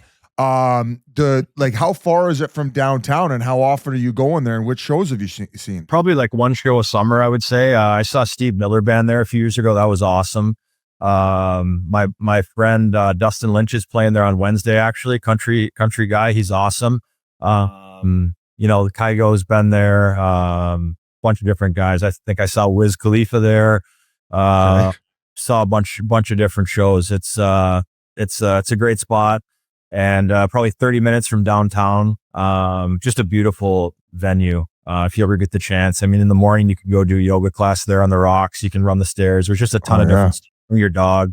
It's an awesome spot. You know, you're 30 minutes from the mountains, foothills. So it's just one of those destination spots in Denver that, you know, you don't realize how great it is until you're not there, and you go back and you're just like, you know, blessed to be in such a great city with, such a great team. Well, we know you got a heart out. Did you have any more, Whitty? We don't want to keep you too long. This has been awesome. And we usually do playoff predictions. Do you want to make a prediction?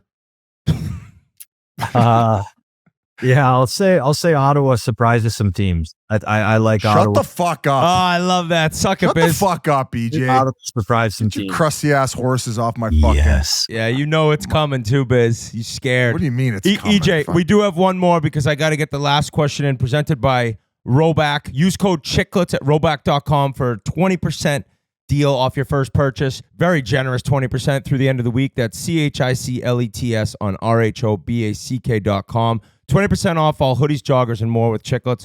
You are a former University of Minnesota Golden Gopher, and as an American kid came up through the NDTP. I'm wondering, what do you think of now, like, CHL players can come to college? Have you thought about it all? We've chatted about it a lot on this show, where I kind of flip-flop my stance, where I don't like it now for American kids. But I don't know if you chatted with any of the guys or had an opinion on it. So CHL can go to college. Can vice versa too, or no?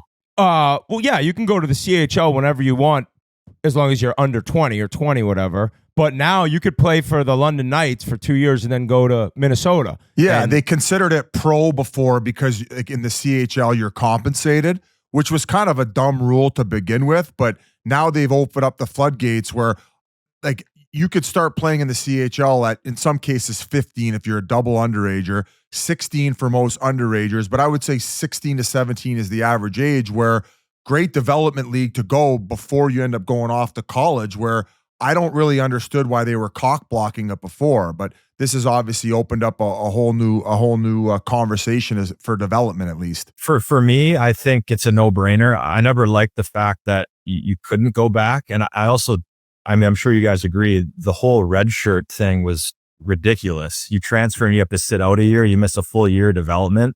I thought it was fucking stupid. I just think how can it not better the game? I think, you're going to get guys that maybe weren't getting an opportunity somewhere to get a more opportunity somewhere else. I think it just makes so much sense for the player. Obviously, it provides some kind of shitty logistics for teams and leagues and all that. But I think for the player, it's an absolute no-brainer. I mean, if you're stuck playing not at all somewhere else and you're going to, transfer to the CHL and go play, or vice versa, it's an absolute no-brainer for the player. So I think it's great. And, I wish it was that way when I was around 20 years ago. So I think it's good, and I don't see anything bad from it. And it's only going to help players develop. And I can see the negative side too. Maybe some guys are going to pull shoot on places too early, but I think guys deserve the opportunity. And if they think they're not getting to somewhere, they should be able to get it somewhere else. My last one quickly though, Whit, is somebody who bought land in Jackson, Wyoming, and might eventually want to get into the horse game. How do you buy your horses? Like, are you paying for like the male to nut in a girl, or are you buying them when they're already born? There's a couple different ways you can do it. Wait, why are you looking at me like that, Whit? Portnoy just paid to get that I think it was just more the way you said it. Yeah. What do you mean? That's what they do. In a girl. Oh, it's a quick 2 pumps and boom. Yeah, I think there's different ways, right? You can buy ready-made 2-year-old, ready to go, race it. You can buy a mare that's pregnant. You can have the foal, raise it, sell it at auction. So there's a couple different avenues. Owning the mares are a little bit better. There's a better tax code for that because it's a depreciating asset. So, sometimes if you have a big capital gains in another event, you can buy a mare and write it off as a depreciating asset. So sometimes people do that. Or you can just buy the racehorses and hardly ever make any money and have some fun at the track. But there's a couple different ways to go about it. You got to really have a passion for it. It's kind of like a golf club. You're not going to join a golf club if you're never going to golf and go eat there. It's kind of the same as a horse. You're never going to, own a horse unless you want to go watch it race and enjoy kind of everything that comes with it. So it's fun. If you guys ever get a chance to go to the Derby or the Preakness, let me know. I can try and set you up, but it's definitely worth doing and a fun bucket list type event to go check out. You said mare. Does that mean the nut? Like, did you buy the nut? The mare would be a pregnant female horse biz. Yes. Yeah. Okay. And then you can breed it to another. But you pulled the trigger on it, paying for it post nut. Like, you didn't buy it pre nut. You got it. Okay, good to know. Thank you very much. EJ is going to be the next Eddie O. That's what you're going to do. You're going to do commentator. Yes. You do the horses. Go to the Derby with a sharp suit on. Can't wait to see it. Hey, Derby's under a month. Derby. So you got to pick. Or is it too early in the horse racing world? Oh, no, it's not too early. Journalism will be the favorite, I think, coming from the West Coast. And then I think Sandman will be another one. Bugsy Malone. Is he blowing dust? I would go journalism, but you won't get a great price. But that would be my pick. Yep. All right. Awesome. Cisco, the thong song. Great seeing you. 19 years ago drafted, still going. It's awesome, man. Very happy for you, and good luck in the postseason. Thanks, guys. Appreciate it. I'll see you at the Derby down the road, buddy. Sounds good, guys. Thank you. Thank you so much to ERIK Johnson. What a career he's had. Biz, your horse must have just been such a grinder, just trying to control who gets the hay in the locker room. They wouldn't even let him out of the gate when he was racing. He's doing the DJing for all the other horses.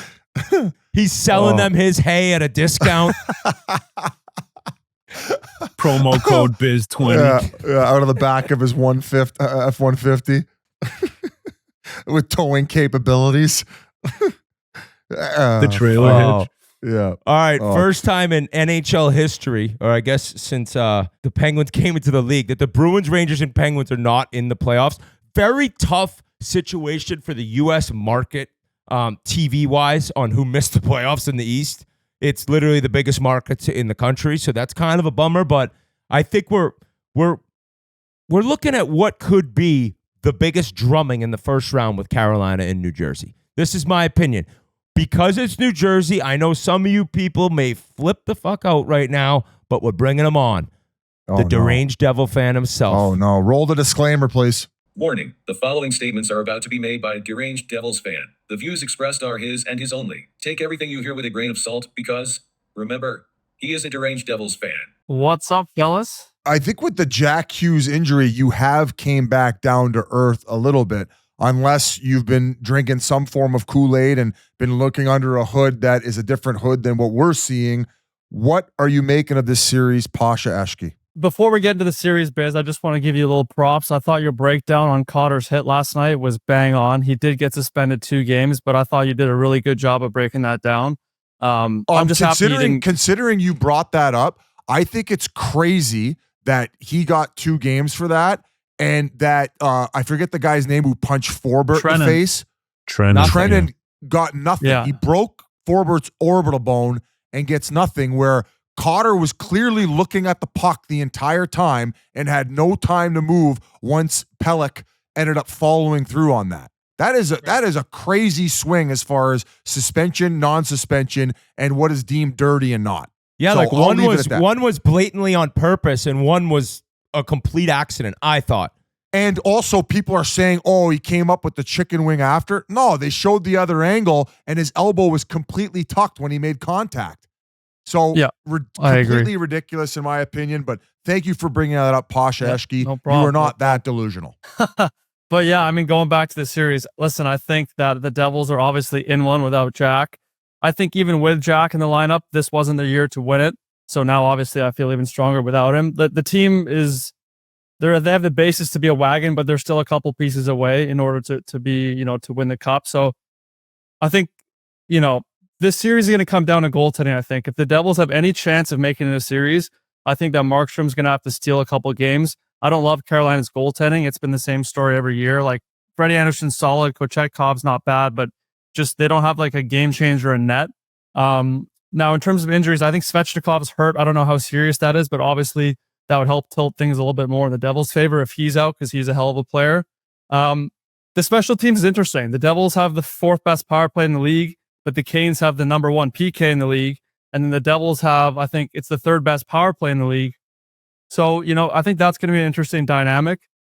I kind of think the special teams will kind of be a wash just based on how good Carolina's PK is. So I think it's going to come down to 5-on-5, where the Devils have really been struggling. That's bad for you. That's bad for you. The Devils have really been struggling to generate 5-on-5 since Jack went down. The good news is Hamilton will be ready for game 1, Keefe said. So that's huge just in terms of providing offense, driving play 5-on-5. It's interesting, since Jack and Dougie went down, the Devils power play has actually improved. Luke Hughes has done an amazing job running the, QBing that. And then Timo Meier has just been ripping shots on that flank. So if you can bring Dougie back and put him on the 2nd power play unit and you get both units clicking, I think the Devils can, scrape out a win or 2. But listen, hard fought series, I think low scoring series. I want the Devils to win. I'm going to be there. I'm going to be supporting them, but I'm not that delusional. I have the Canes winning in 6. Like I said, I think the Devils, even with Jack, have some work to do. And then without him, it's just too tall of a task. I think if there's one team who should adapt to flipping the goalies game in and game out, is the Carolina Hurricanes. I think they should go to both goalies. Anderson hasn't played back-to-back games in a long time. That was what Boucher was mentioning. I think Peter Kochetkov has earned the starting role. I just think if there's one team who's had goaltending issues the past couple of years, like last year, I think if they get those big saves from Anderson, they could have actually beat New York. But this is a team that I think is going to drum them. I think the only way that New Jersey has a chicken dick's chance is if they expose them off the rush.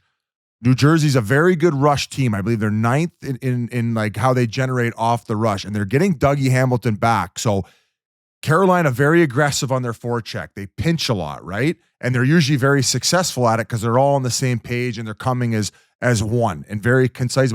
If they could somehow chip pucks and get good wall work and activate the Luke Hugheses, the Dougie Hamiltons, and all of a sudden start exposing Carolina on their aggressiveness, I think that could become a big key component to this series. But ultimately, you look at their back end, how good they are defensively, how much they're going to outshoot New Jersey. I don't know if from New Jersey's back end and how good they are defensively, if they can handle all that volume. That's my biggest concern for the New Jersey Devils. If they're somehow all of a sudden a great box out team where they're letting Markstrom see everything, and especially with all the point shots that are coming through, they got to be boxing out. I don't know. I don't watch the New Jersey Devils enough to know if they're going to be able to do that, especially with no Siegenthaler back there and with how weak Nemec has looked. He hasn't looked that good this year. Like he won't be playing. He won't be playing. He's not even going to be in the lineup?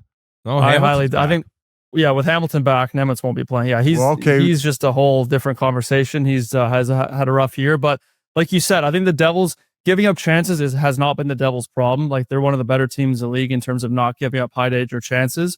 I think Dumoulin's done a really nice job in kind of filling Siegenthaler's shoes, not quite to the level that Siegenthaler was at, but he's done a solid job in sort of just steadying the ship. So I'm not worried about them giving up tons of chances. They've been good at that.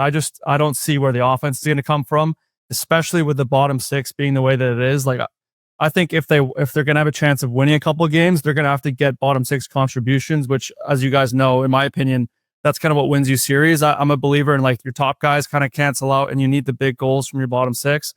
The good news is Haula has been kind of heating up lately. They need guys like him to chip in. Cody Glass has looked great, but a lot of things have to go right for this team to make it a series. So I hope I'm wrong. I'll be there with Frank the Tank cheering on the team, but I'm trying to be realistic about this one. That's what's hard is when you go into the playoffs and you kind of know deep down you can't win the cup. It's like this weird feeling, right? Like, you just, as a fan, it's kind of like, oh my God, would I rather a high draft pick? But that's when you think of how fun the games will be. I feel like this is one of those game ones in Carolina where, I mean, the shot could be 25-3 after the first period. And then we'll see how Markstrom plays. I mean, it's going to be goaltending. Carolina, they just keep coming at you. And then now they got a Russian coming in. Biz mentioned him, Nikishin. Apparently, he's going to play in one of the final two games. He's like 6'3", 215, hammers guys, has a great shot. Like, all of a sudden, he's right in the lineup. Another great defenseman. They already have Slavin. Chatfield's kind of a beast. We saw what he did, and we were talking about that, but he's great defensively. They are just a much deeper team. It is weird. I was reading Orlov. He had like 24 points in the first 50-ish games and has like 2 goals and no assists in the last 20. So you kind of need, remember how good he was for Boston when they traded for him? I mean, granted, they lost in the first round to Florida, but kind of need him to get going, but that would be more for the second round. I got Carolina in 5. Yeah, I got Carolina in 5. I think, Pasha, what you said, first intelligent thing I've heard you say is, this isn't their year. I think Fitzy has put them in a really good spot to, be in the future. They keep getting better and better every year that he's been there, but it's just one of those series you got to look in the mirror and realize you're outmatched and probably going to get outperformed. And I got Carolina in 5. Boys, I'm a little distracted here. We were talking about Nikishin and his debut. I don't think he's going to top Demidov, who's got an assist, a goal, and the greatest rookie lap ever taken with the whole Bell Center packed and everybody on their feet. So the Russian invasion has hit for sure. So this is just complete madness.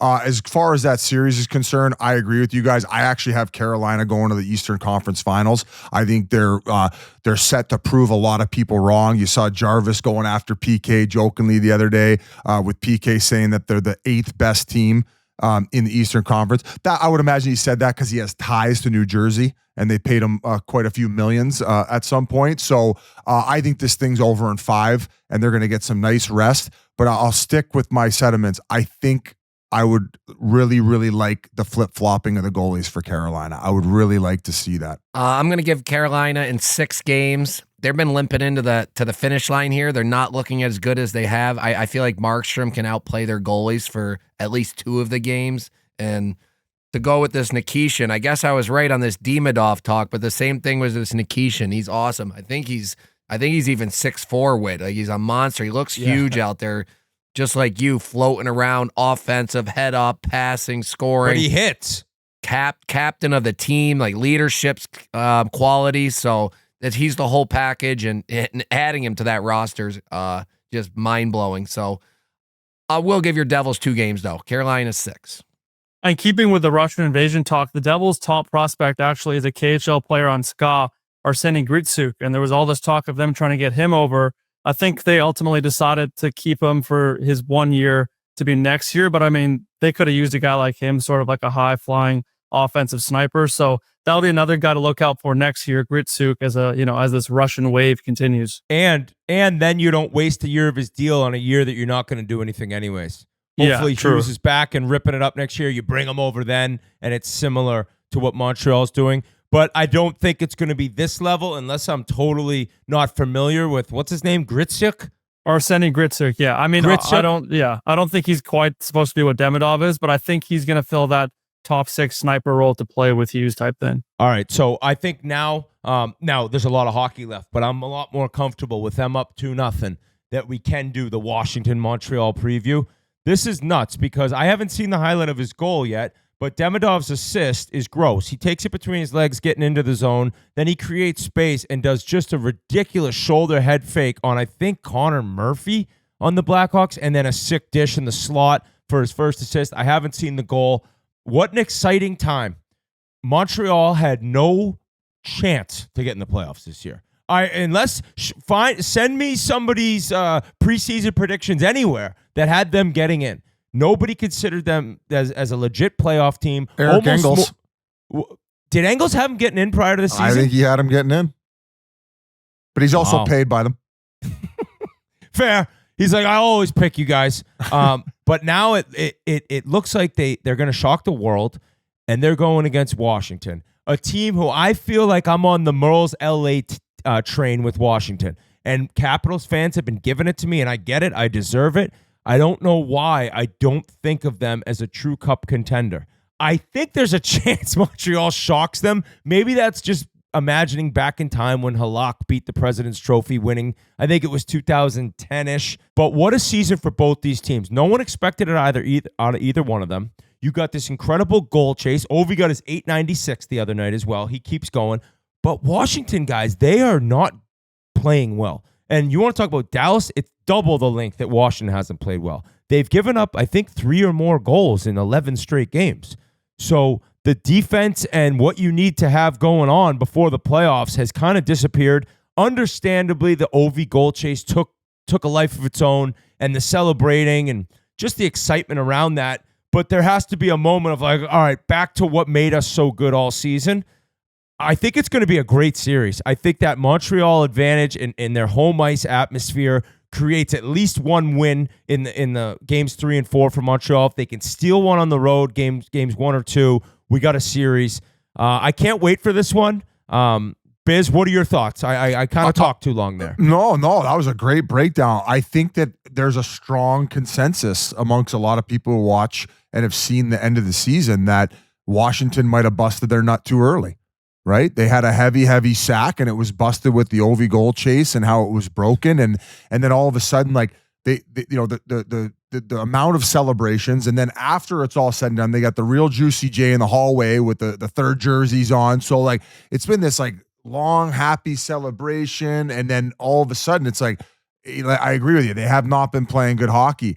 I would have said, I still believe in them first round, 6 games.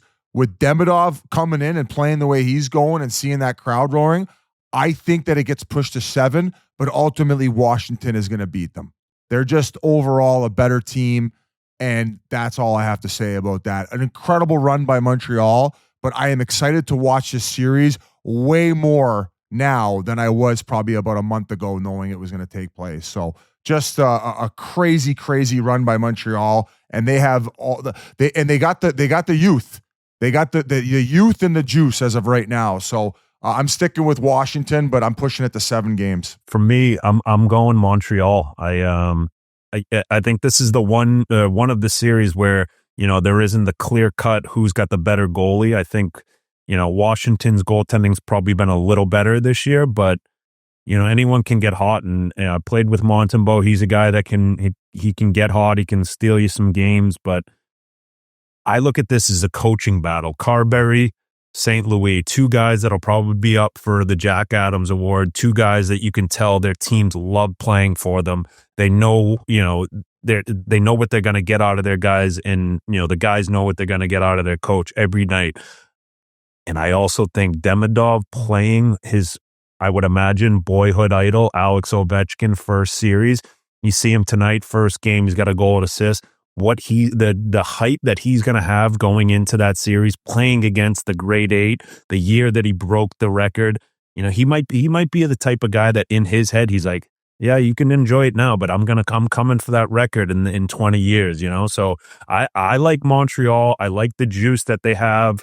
They're a younger team. They play a little bit faster, but I think it's going to be a great series, a ton of fun. Ovi's going to be laying people out. Tom Wilson, must-watch TV in playoffs. I just think the storybook for Montreal, with no one having them get in, the way that they've done it, and I think they're going to shock some people first round and win this in 6, Biz. 6 games for Montreal? Yeah. Wow. Yep. Hey, both teams had the luxury. You said Montembeault, he didn't play at Four Nations.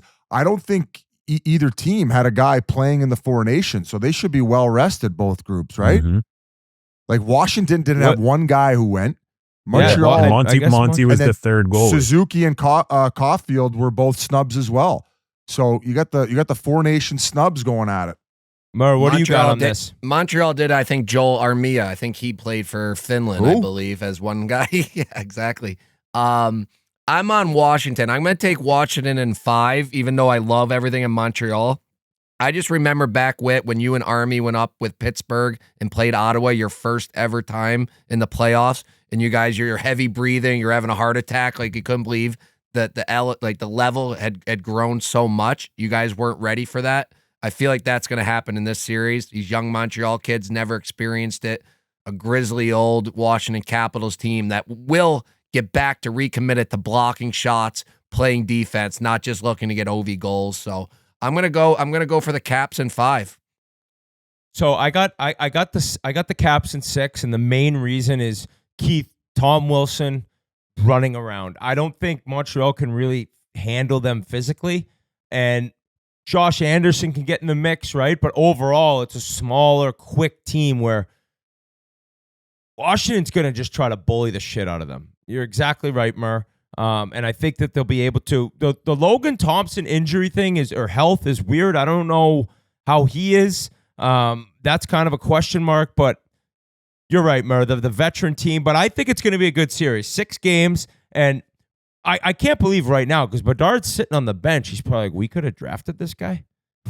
No offense to Lashunov. He may be a phenomenal defenseman that plays a long time, and this is a period. Are we overhyping Demidov? But we talked earlier about the records, and this goal, the puck, he ends up like with the puck comes off the wall. He's got like a breakaway almost, fake slap shot backhand. Like it's a beautiful goal and an assist. And he went 5th overall, and now he's here. I can't wait to see him in the playoffs, but I think the Caps got it. We were lucky enough to chat. Actually, Biz was. I was sick. Jans was delayed, sitting on the tarmac, but Nic Dowd, he came on the show. We're going to throw it over to him right now. I think our second time on, but he's another guy, pain in the ass to play against. So let's chat with him right now. Guys, Whit here, and I need to talk to you about Noble. Noble is a footwear brand for training and for daily life, built to support you in your pursuit of physical, mental, and emotional strength. The man, Biz Nasty, always searching for that extra edge mentally, physically, emotionally. He only wears Noble. He is the pickiest person I've ever seen about shoes, and he rocks Noble nonstop. They sent me the Ripstop runners. They're incredible, comfortable. Gee, what are the ones they sent you right there? I got the SC runners. I love these bad boys. Little Chiclet shout out there almost too. I love it. Yes, and Murs was running around St. Louis in them. You were as well, G. I've been wearing them nonstop, just perfectly comfortable. You can work out in them. They look great. Noble celebrates a no bullshit approach to wellness. With options across training and lifestyle, Noble has options for everyone. Right now, exclusively for Spittin Chiclets listeners, Noble is offering 30% off your order. Not 10, not 20. We're going 30% off your order. Visit nobullproject.com/chiclets for 30% off your entire order. That's www.nobullproject.com/chiclets, and you get 30% off. It's a no bullshit approach to wellness and amazing shoes. Check them out now. I am pleased to introduce to you guys my former teammate and actually his second appearance on Spittin Chiclets. He was on episode 358. That's when we talked more about your career, Dowder. But now we want to talk about the Washington Capitals. You're now in your 7th season there. Probably none as exciting as this one. The Ovi goal chase, all these new guys on board. You guys got the mojo, Carberry, probably going to win Coach of the Year. What a fucking run it's been so far. Yeah, man. It's been awesome. It was a little different than last year, I can tell you that. You guys did make playoffs, but you guys had like the worst analytical numbers in like NHL history to get in. Yeah, well, you know how the analytics go. They don't tell all the story, right? Not if you ask Pasha underneath the hood man over here. Yeah. No, I mean, it's been good. Like I think, you know how it goes. You played on a lot of hockey teams, same with me. Like there's certain teams that you just feel a little different than other ones, right? Like, and I'm not going to say like this one feels any more special than when I entered the league onto a team of the Washington Capitals where, 7 years ago, they just won the cup. They were filled with a ton of mega studs. Like, all guys are at the top of their game. I mean, that was an elite team too. And there was a bunch of, ever since I've been here, the team's been chock full of really, really good people, which, you know how it goes. Like that makes such a big difference in the locker room and like guys playing for each other and stuff like that. And, but this year's thing, it's been interesting because we added like 8 new guys. And historically, the Caps haven't really added anybody. And so we added all these new guys and no one knew how it was going to work out. It was like they just like all slipped in just seamlessly. And then they've all been having like career years. It's been awesome, man. What do you think did that? Was it the way that Carberry addressed the team and kind of like called out the elephant in the room where it's like, hey, we got kind of this whack back of all these guys that just got added to our roster? Was it maybe like a team bonding experience that you went on early on where everybody got really like, comfortable around each other where it just felt right? Really banged up. Yeah, well, I mean, the rookie parties earlier in the season can really help. Or if you go get off the rails on one of these, like, what was the one that we did? I think we ended up going to like an army base or something at some point. You took us because not a lot of us had including myself, I didn't know much about fine dining at the time. So Biz, you took the reins when we did our rookie party. We did it. You remember Justin Bieber was there? No. What do you mean? You took us like downtown. I forgot where you took us. You took us to a place we ate dinner somewhere. We all dressed as the rookies dressed as wrestlers, and then you took us to a restaurant like we're all dressed like 8 guys dressed as wrestlers walking into this nice restaurant. And then you took us to like a club after and Beebs was there. I didn't see him. I don't even remember this. Yeah. This is when we were in Manchester? No, this was Ontario, I think. Oh, Ontario. Okay. So that we played our first year together when we were in Manchester, but I guess that next year, I remember when we used to go to that like is it Chiquinos? That was when I grabbed the Blakey. I got the card off Blakey and we ended up dropping like 15 grand and he wanted me dead. They were like the owner was probably like, why the fuck is the AHL guy spending 15 grand at a restaurant? That's like when they used to tell players, like I remember, I'm not going to tell the guy's name, but the guy was negotiating for more money in the American League. And they're like, hey, we're going to feed you lunch next year though. That's at least like 15 grand. Like, that's true. And it's that's like, a lot of Chipotle. We can't give you the 100 that you wanted. We'll have to stick with the 85. Well, you're on to greener pastures now, and you're getting paid for what you're worth, right? So, what did you guys do? Did you guys do like a rookie party earlier in the season? Was it the way that he addressed the team? Like, what made it feel so good? We had some guys that were like joining our squad that may have not had maybe a good run at their last organization, or maybe they weren't quite used as much as they needed to be. The role that they were in wasn't exactly like fitting them, right? And then like. From that point of view, from like a hockey perspective, is I think like everybody that's slid into our organization so far has like had really big impacts in the lineup. And that goes all the way from like a Dubois, who's arguably been one of our best players. Like the guy's been a maniac. He's been like just like, the guys that you don't play with and you're like, I don't really know much about that guy. Like, I don't know if he's that good. And then you play with him and you're like, oh my God, like this guy is elite. So Doobie's like, I think he just maybe didn't enjoy his role as much when he was in other organizations, and now I feel like he stepped in here and it's like he's just been running with it, and he's been like a shutdown centerman, an offensive centerman, a power play guy. Like, he can do it all. It goes all the way to like Duhaime. Like, I play with Dewey. I think I've logged more minutes with Dewey than I have with anybody all year.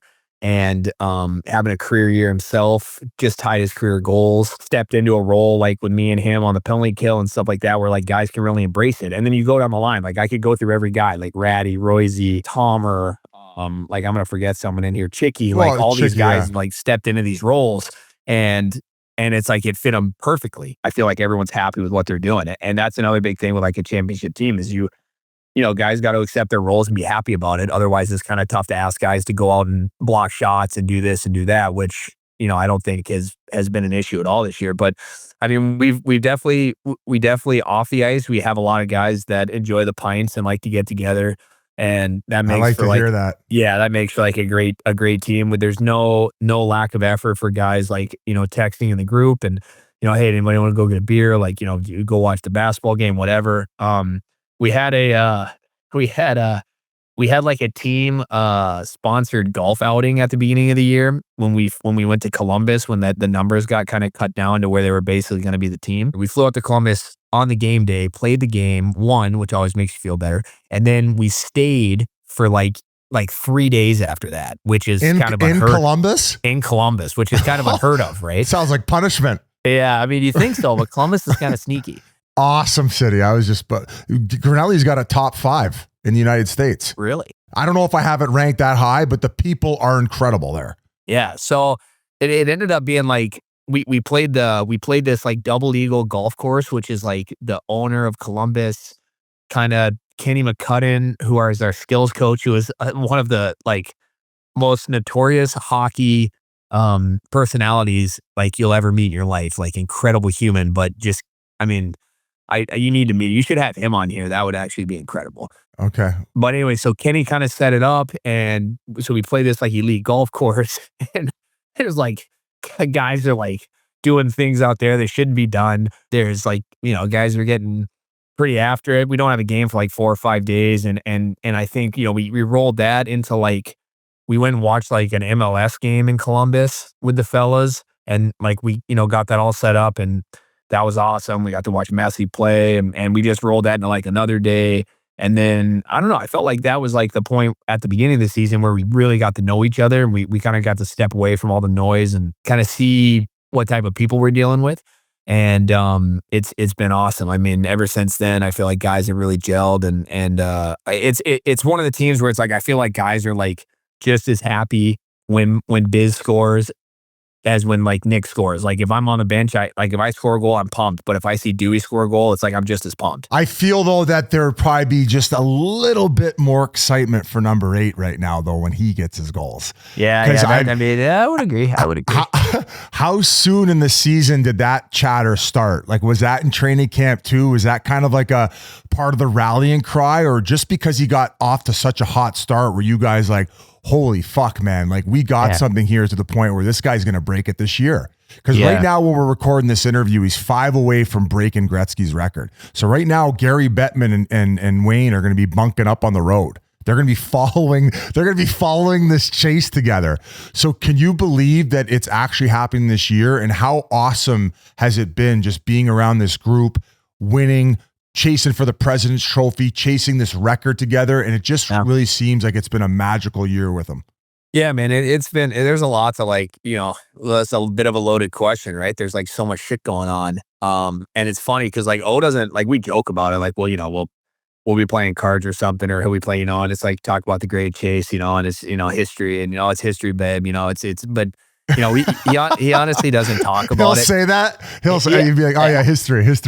Yeah. I mean, but he doesn't talk about it too much. He doesn't bring a lot of attention to himself. And I mean, it's obviously the elephant in the room. Like, we don't talk about it too much. You can find ways to like organically bring it up.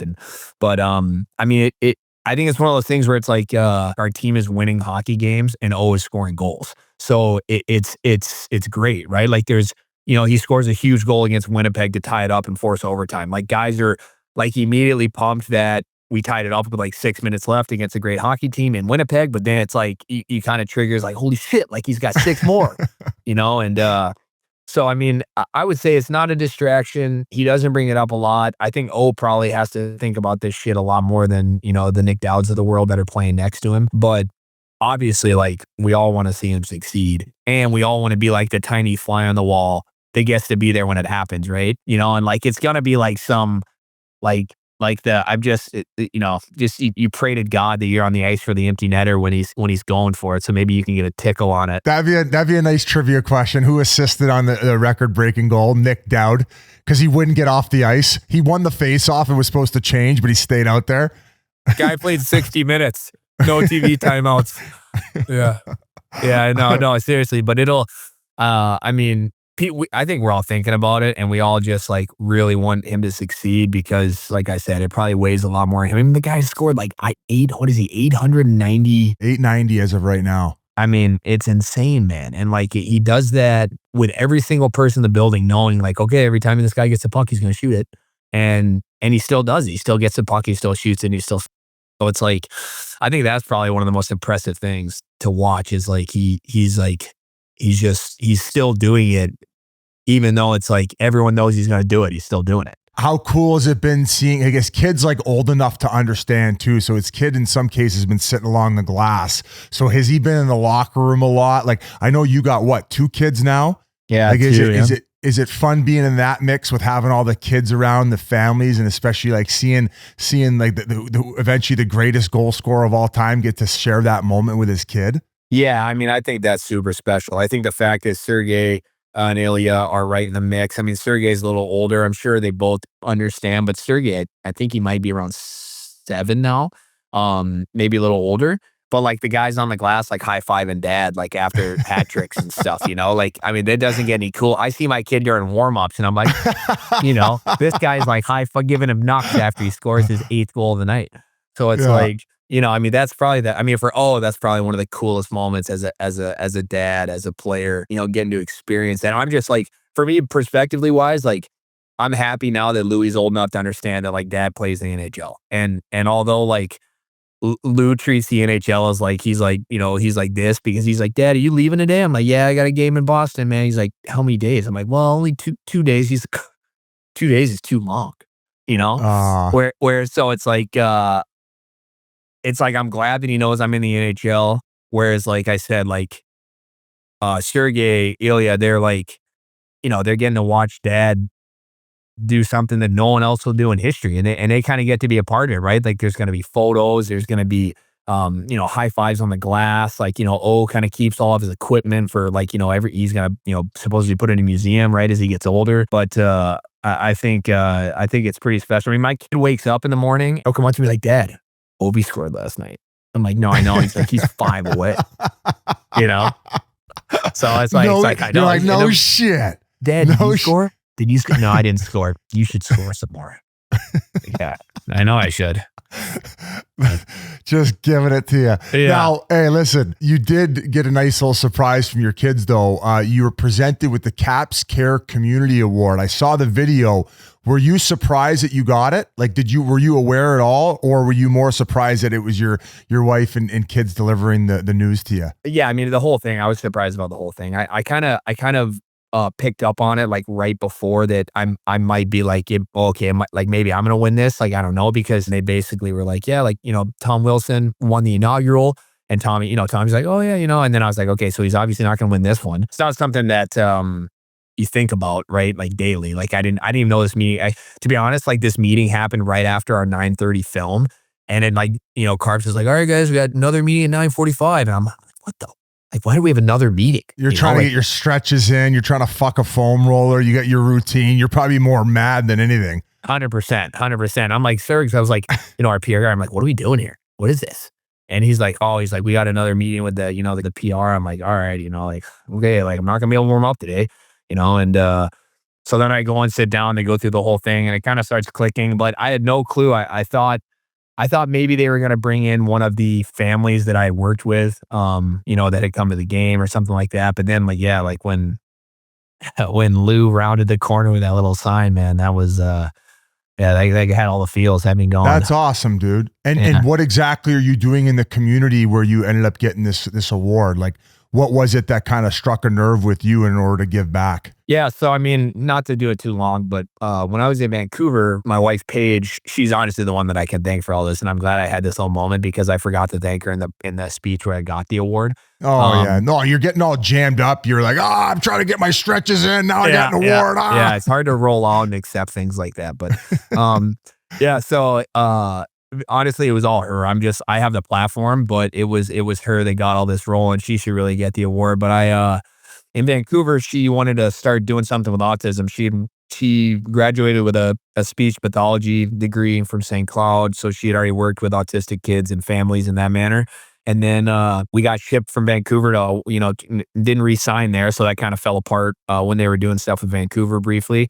And then we went to Washington, and she kind of, like, we had no kids at the time, so she had a little bit more time on her hands. And basically, along with like Monumental and the people that worked there for the Capitals, she wanted to start basically a foundation that works with autistic kids in some capacity and kind of makes hockey, for everybody. And so, long story short, we started Dallas Crowd, which is our foundation, partnered with Monumental. We have a wonderful woman named Caroline who helps us out a ton. She's with the Caps. She does all the behind the scene things for community outreach. People can write in. Generally, what happens is parents write in about their kids, and why they should be brought to the game and what makes their kid special to them. And me and my wife read these. We pick them based off of that, based off of how the parents kind of talk about their children, and because we have kids now too, right? So that hits home. And then we sponsor them financially. We take care of the tickets. We do a meet and greet after the game. Paige puts together these sensory kits, which you can imagine it's anybody that has any type of disability with light, sound, anything that bugs them in the stadium. I mean, the stadium's loud, right? You're gonna walk through the metal detectors. You're gonna see a lot of people. There's gonna be mascots everywhere, like things that people don't think about if they don't have some type of switch to loud noises or people or crowds or stadiums, especially children. And so we bring them to the game. We meet with them after. We give them a bunch of signed stuff. We meet with the families. And generally, it's been incredible. We've stayed in touch with a lot of these families. I'd say probably the most meaningful thing is like these parents come in and they're generally like lifelong Caps fans, but they're like, my son maybe has autism and he's 8, and we have an 11-year-old girl who used to come to games with us, but we haven't been to games because sensory overload, and we've been scared that if we purchase $1,000 worth of tickets, we come here and we can't even get through the door. So these parents are like, this is, you can just see how excited they are to do something that they've done, and they get to share that experience with their kid who may have autism or may have a sensory disability. And then generally, again, like their kids have loved it, and they come to more Caps games and they're like totally relieved that they can have a family outing together. So it's unreal, dude. Yeah. That's really special. You were always an amazing guy, man. No shocker that you're doing stuff like that in your new community. And one of the other, it's hard to shift out of that. But speaking of other amazing things, that tunnel you guys got going on the way out, bands make a dance.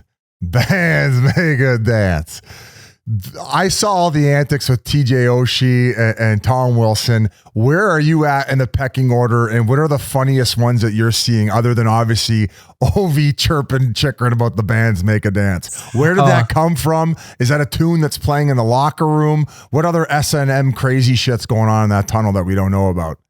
Oh man, we got so many things. I mean, coming here a long time ago, I feel like Osh was the guy that brought all that, so it's sad that we don't have him there because he's the man when it comes to that stuff. But there's they got something going on. I'm not in the hallway yet, but you guys have seen it, like when they were playing Vegas, I think they had it going on, but it's like Ovi says something like, I got my chicken parm, babe, or something. And he sprinkles Parmesan. I don't know. He's doing stuff. I'm not out there, man, but it's like the stuff I hear him and Willie getting into it, the stuff that I hear when I'm not out there, right? It's just the band's. Why is it the chicken parm thing he just loves chicken parm, Ovi? And then he sprinkles more Parmesan on it. That's what he does. Yeah. That's they go like this and sprinkle more Parmesan. He's way up high. He's like. he's a sauce crosser, apparently. Boyd Gordon said when he played with him. He's a what? He would take the marinara, and throw some marinara on, and then you would use the same ladle and go over to the Alfredo. So he would get the marinara sauce in the Alfredo. It used to drive Gordo bananas. Is he still crossing the sauces? No, he must be a savage at the pregame meals. He's very respectful, very respectful. But I will tell you this: like, I'm not going to give away too much stuff. But like, I think just like you want to get a camera in there, and you guys can track it all. But our team, including myself, if I didn't say that, my boys would give me heat. But like, probably one of the most superstitious teams that I've ever been a part of. No way. Oh yeah, like we could go really deep. But like the chicken parm thing is probably from like 12 years ago, for all like we know, right? Like it has not maybe like had chicken parm and he had like a double hat trick, and then it just stepped on from there. And like, like the same stuff that I do. Like I have a handshake with almost every single guy. I mean, some of it's not different. Some of it's just like pretty simple. But like I got one with Willie. I got a Johnny one, an Ovi one, a Martin Ferrabari one, a Protoss one. I mean, they're just there. But it keeps it light, man, which is great. Like you go into that hallway. It's like you're gonna go play a game in the NHL, and like always you doing the bands to make her dance and all this stuff. Like everyone's dying laughing. Like it just keeps it light. Because they just kind of say it in different tones, and the camera's already in there. You could see the smile on their faces. Yeah. So you almost feel like you're a part of the group. That's why when Oshie was gone, I felt like he was the catalyst in all of it. When he'd be doing those cup checks with Tom Wilson, I was a little sad when he wasn't around anymore, but it's nice to see that you guys have continued that tradition and keeping the fuckery along in the hallway. Yeah. I know you're worried.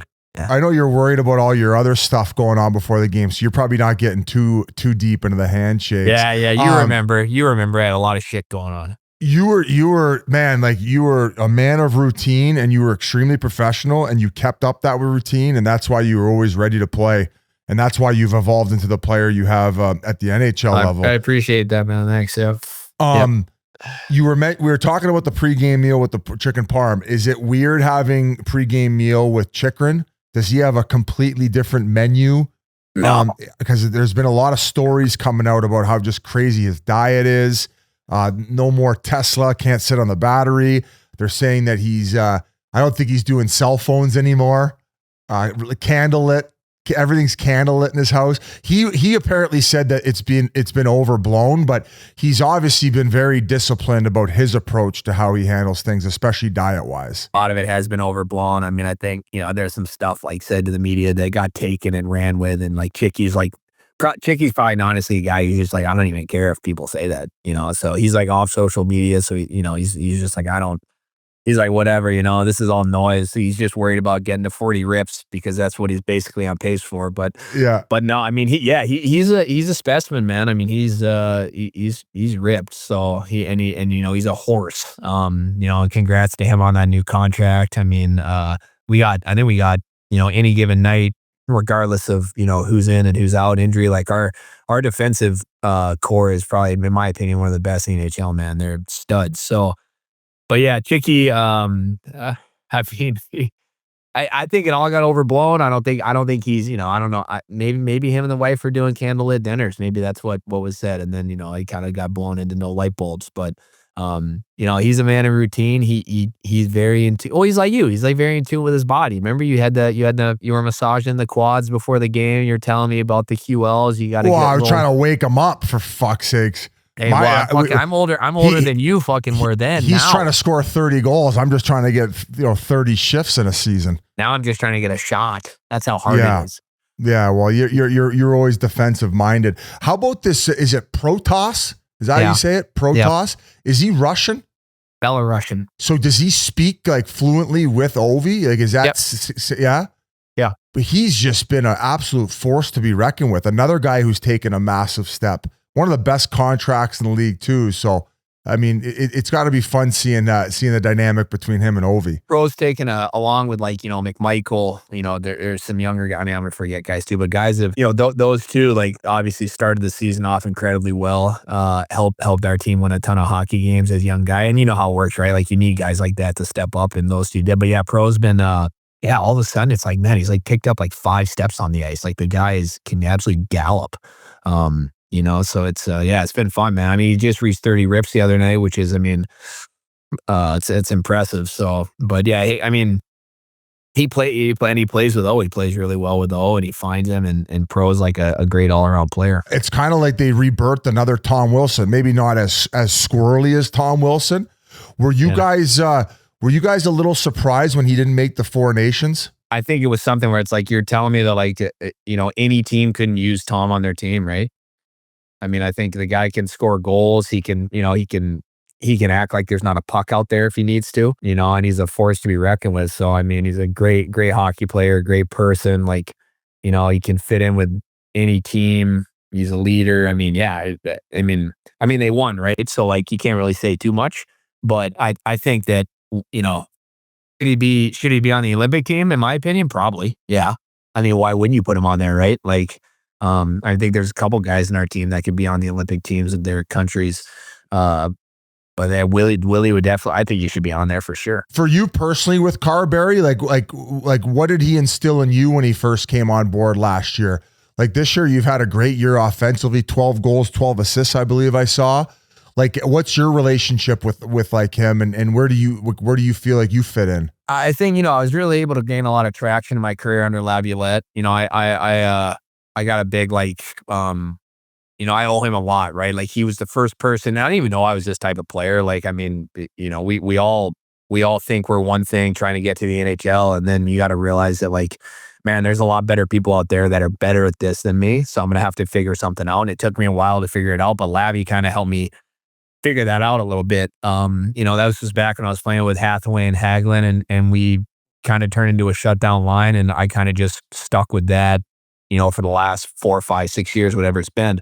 But with Carbs, I think at that point in my career, I was pretty well established in what I did and what made me a good hockey player, like the roots of my game, right? Like I was a shutdown centerman, have to be good at face-offs, good penalty killer, like, try and do the right things on the ice and try and chip in offensively. And that's kind of what's going to make my game tick. I think, what was good is that I feel like he kind of understood, okay, like this is what I'm going to get from Nick every night. But I felt like he did a good job of like trying to like push me a little bit offensively and add to my game that way.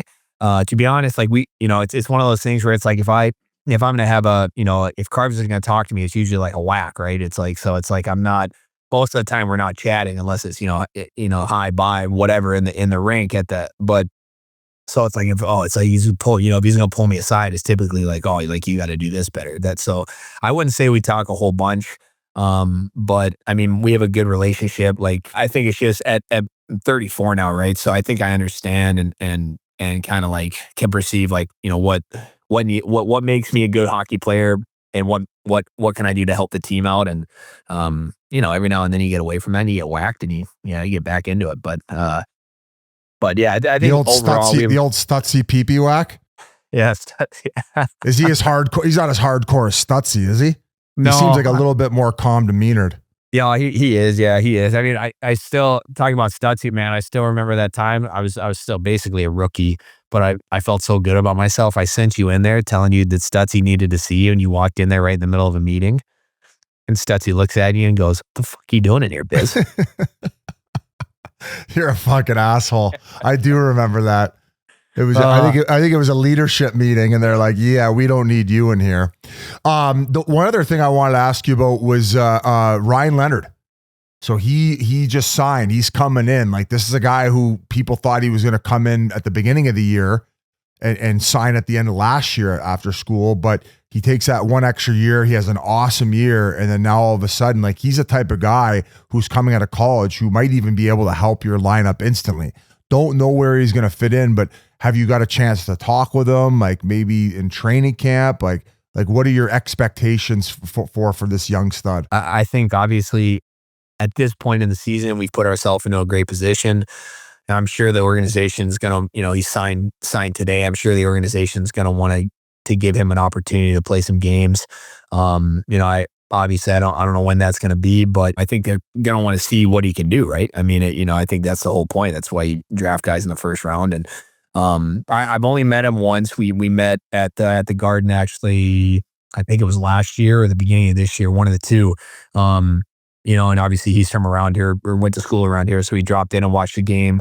I just said hi to him, talked to him for a little bit. I went to college, so you kind of got that, immediate, kind of connection. But yeah, other than that, I texted him, today along with a bunch of other guys, I'm sure, and, just welcome to the team, saying congrats. And I think with anything, like you can have the ability for those college players to sometimes step in and be really good. And then so I'm sure that's the hope. So.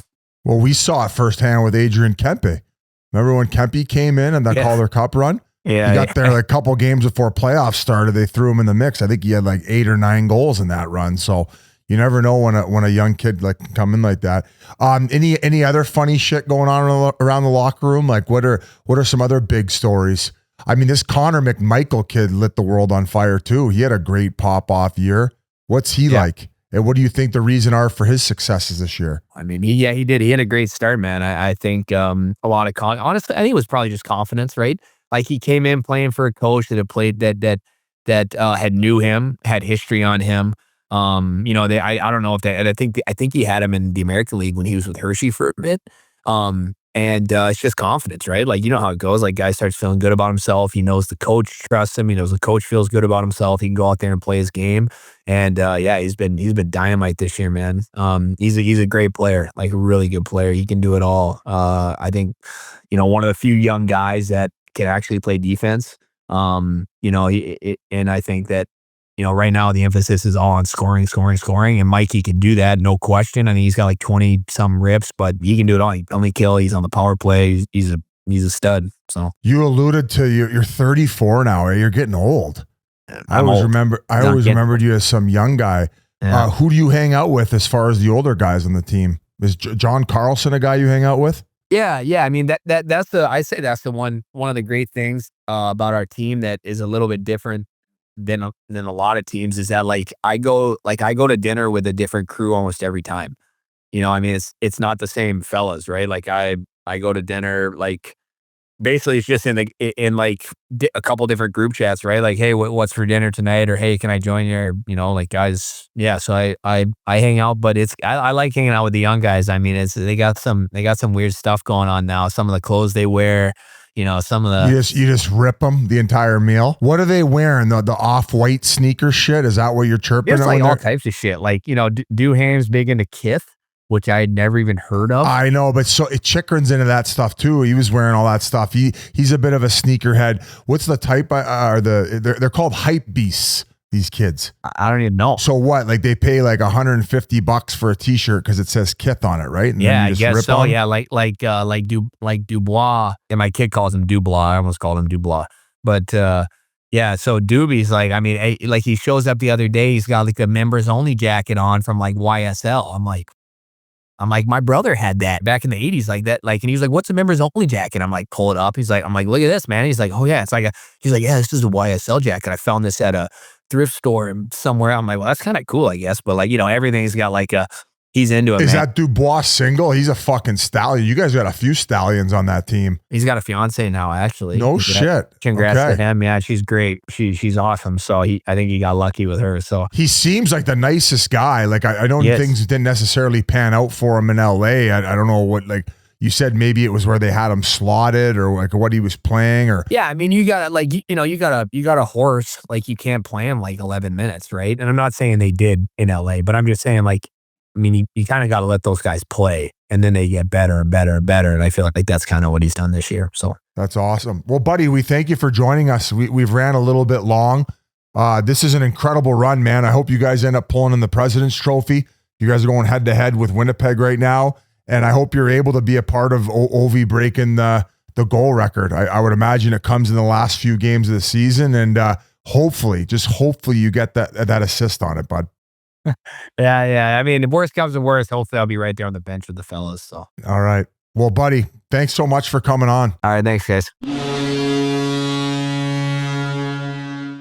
Thank you very much to Nic Dowd. Great guy.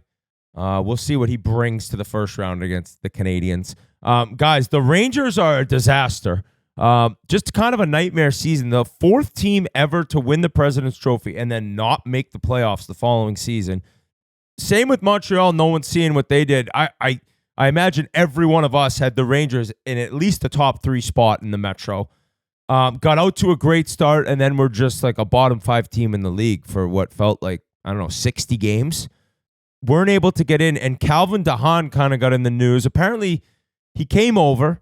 2 of his first games, maybe 2 of his first 3 games, they won with shutouts, and then he's just been Robidas Island. Not playing, health bombed every game, bag skate after bag skate. Biz, you know the feeling. Brutal. And he's walking out to the ice, and I believe he said, can you believe how they're treating me here? Or I'm it was something to that extent of like, they are just fucking with me. Like how I'm he getting said treated. it's like almost over. I can't believe the way I've been treated here. Yes, yes. And then got off the ice, and I think was going to address it, but the team kind of told him not to. He ends up sending out a tweet. I'm sure he would have much rather kind of sat in front of some reporters and a camera and explained his thoughts. But where do they go from here? Like they got some older guys. Zibanejad's contract, I think he has 5 more seasons. Kreider has another year. The only kind of like good news on the year was Sam Rosen finished his legendary career, the voice of the Rangers, and Kenny Albert, the news is taking over. So incredible send-off to Sam Rosen, and Kenny Albert will be in there.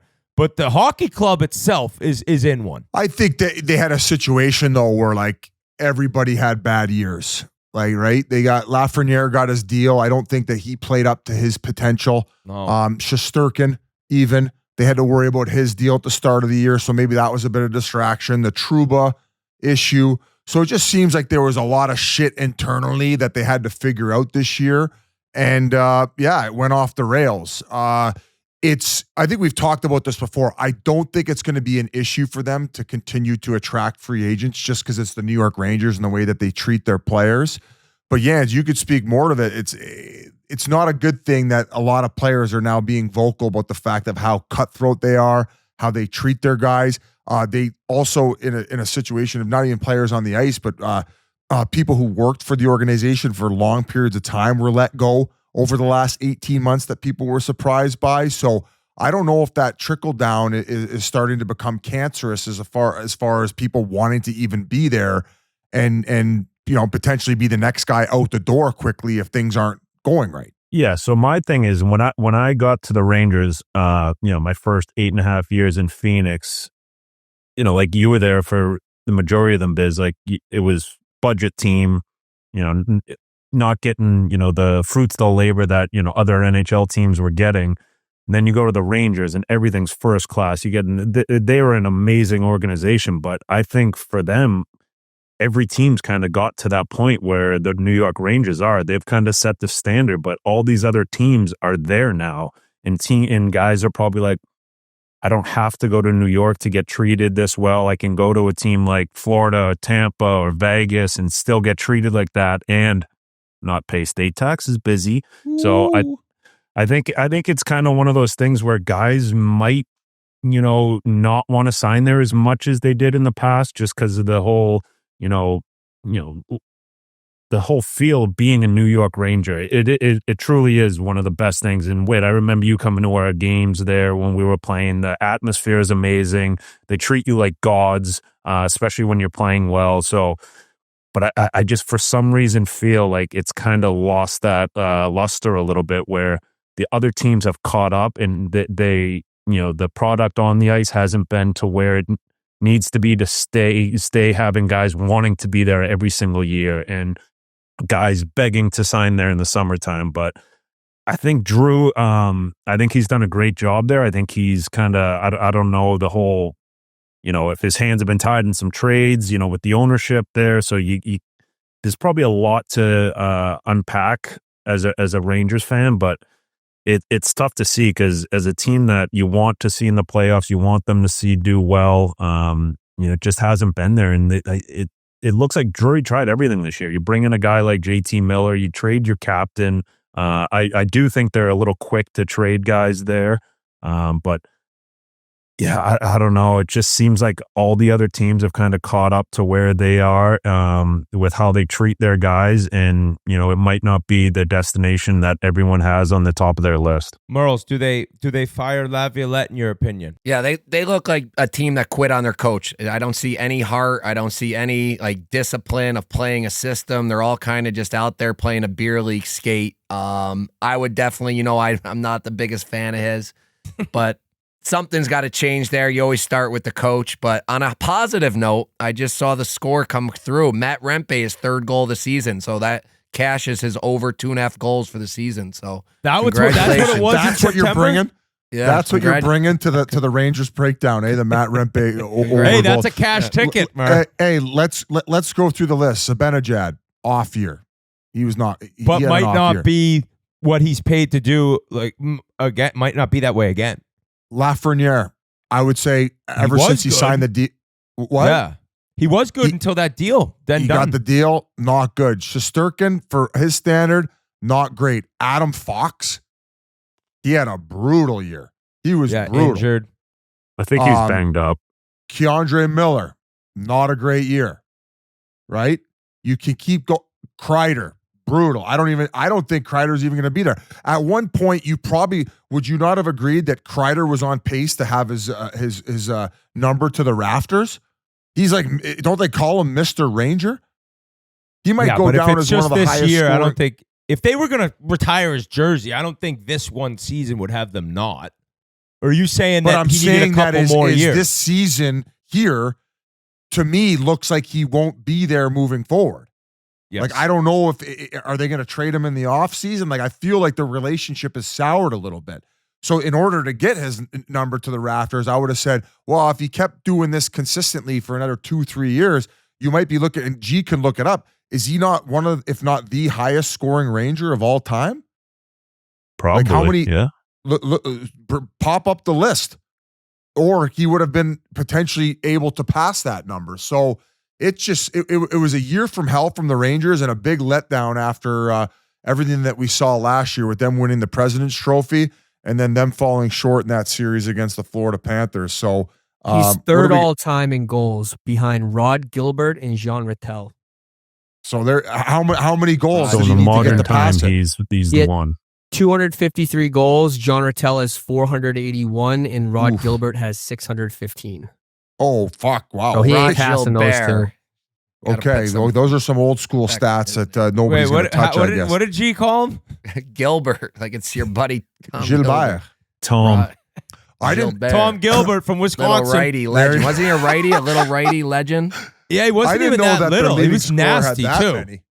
He was nasty. Let me ask you guys something. You had Shesterkin, a little bit of a contract dispute, nothing too crazy like the one up in Boston that was really crazy. And then both teams, they kind of seem similar where it's just a complete vibe killer compared to the last couple of years we've seen them. Any weight on that it started with both those goalies? I think I think you could see Swayman and Shesterkin have big time bounce back years next year. Yeah, for sure. I'd bet on that. With a full off season of no thought of contract extension and all the security that they have and the money that they're going to make, it's like, all right, let's get back to basics. Let's have a great summer. Now, I don't know about the Bruins with Swayman's case. Like, what kind of team are they going to have next year? Maybe he's playing great, but his numbers aren't good. But it's like, wow, without him, they'd be really awful. And Shesterkin, yeah, the Rangers, they have to make some moves. They got to get, I assume, a new coach in there. And then I think Panarin only has one more year. Maybe there's a chance at looking at like different buyouts, but I don't know the possibilities. Like, I'm not really well aware of their exact financials and how that's going to work in the summer. But the free agency route that you talk about with the way they got Panarin and how you can get guys that want to actually be on your team, you don't become like a true contender that way anymore. You know, you need these like elite prospects coming in. You need guys that are drafted high that end up being game breakers, and you can't rely. Like, maybe they go out and try to get Marner if he hits free agency, but then they already have Panarin, who's a smaller righty. I don't know, but it's going to be weird to see if the summer all of a sudden like some questions aren't answered. I do like that Will Cooley a lot. He's kind of nails, plays tough. He has 20 goals this year, so that's a younger guy they got going in the system. we'll see. Gabe Perreault came in. I saw he ended up getting scratched. Maybe even could spend time in the AHL. I don't know if he'll be ready to be a dominant in the NHL. But that kind of leads us over to Celebrini had a 3-goal, 2-assist game. It was incredible to watch. Will Smith, I don't know how many points he had that game, but they are fun to watch right now. Like San Jose coming down the stretch, playing loose, playing free. You're seeing those two rookies. Like I can't imagine how long and how good they're going to be together. I don't know if you guys caught that game, but that was an exciting one. Yeah. In other news, Alec Martinez announced his retirement along with Pat Maroon. This guy scored that goal to win the cup for LA against the Rangers. Steady. Just kind of had him like Scuds. I know I kind of use Scuds a lot, but 21 minutes, no mistakes when you're out there. You know exactly what you're going to get. The D coach just loves him. And what a career. I just want to say congrats. Biz, do you know him at all? I got to spend a little time with him in that organization. Just a workhorse, true professional. Shot blocking machine, will sacrifice his body in any way he can to help them win the team. And did he not score a huge goal against the Blackhawks too? The one, I think he scored like in the conference finals against the Blackhawks. So he had some monumental goals for that LA Kings team and a huge component to those runs. And then moves on to the Vegas Golden Knights and gets it done there. 3-time Stanley Cup winner. 6 cups between him and Patty Maroon retiring at the end of this season for the Chicago Blackhawks. So hopefully they were able to sprinkle some of their their veteran leadership and their winning ways on that team and the young team in Chicago. And I mean, tip of the cap to both guys, but especially a little bit more involved as far as minutes played and lugging the mail for Alex Martinez. And what a hell of a run, man. He had that scary eye injury, too, that he bounced back from. So, once again, just a warrior, and he deserves his flower and hopefully some rest and retirement. Well deserved, my friend. Biz, you were bang on, and the fact I didn't remember this is a disgrace because he got the overtime winner in Game 7 against the Blackhawks in 2014. Holy fuck. So, he scored was that the same year he got the winner against the fucking the Rangers, or was that a separate year? They won in 12 and 14. Which one was the Rangers and the Devils, Pasha? I think their first one was against the Devils in 12. So he would have been Game 7 OT and the OT winner the same season? Wow. That's ridiculous. Jesus Christ. Wow. Get the man a blowjob. But yeah, that's pretty much all. I think that there's rumblings. It also might be Couture's last season. I know, right? press conference tomorrow that he's not going to be able to continue his career. That was Frank Saravelli reported. Scheduled to hold a press conference Tuesday, so today, to announce that he's unable to continue playing because of his injury. Really tough way, for this guy to end his career. Frank's tweet also said that he led the playoffs in separate years in goals, assists, and points. I just think of him as just like in your face, so skilled. He had a great release. You'd watch those 10 o'clock Sharks games, playoffs, that he would just show up. They went to the finals against Pittsburgh, and he signed that massive ticket. Gee, can you kind of look up what the exact injury was? I know it's hip-related, but he was a top-end player in the NHL.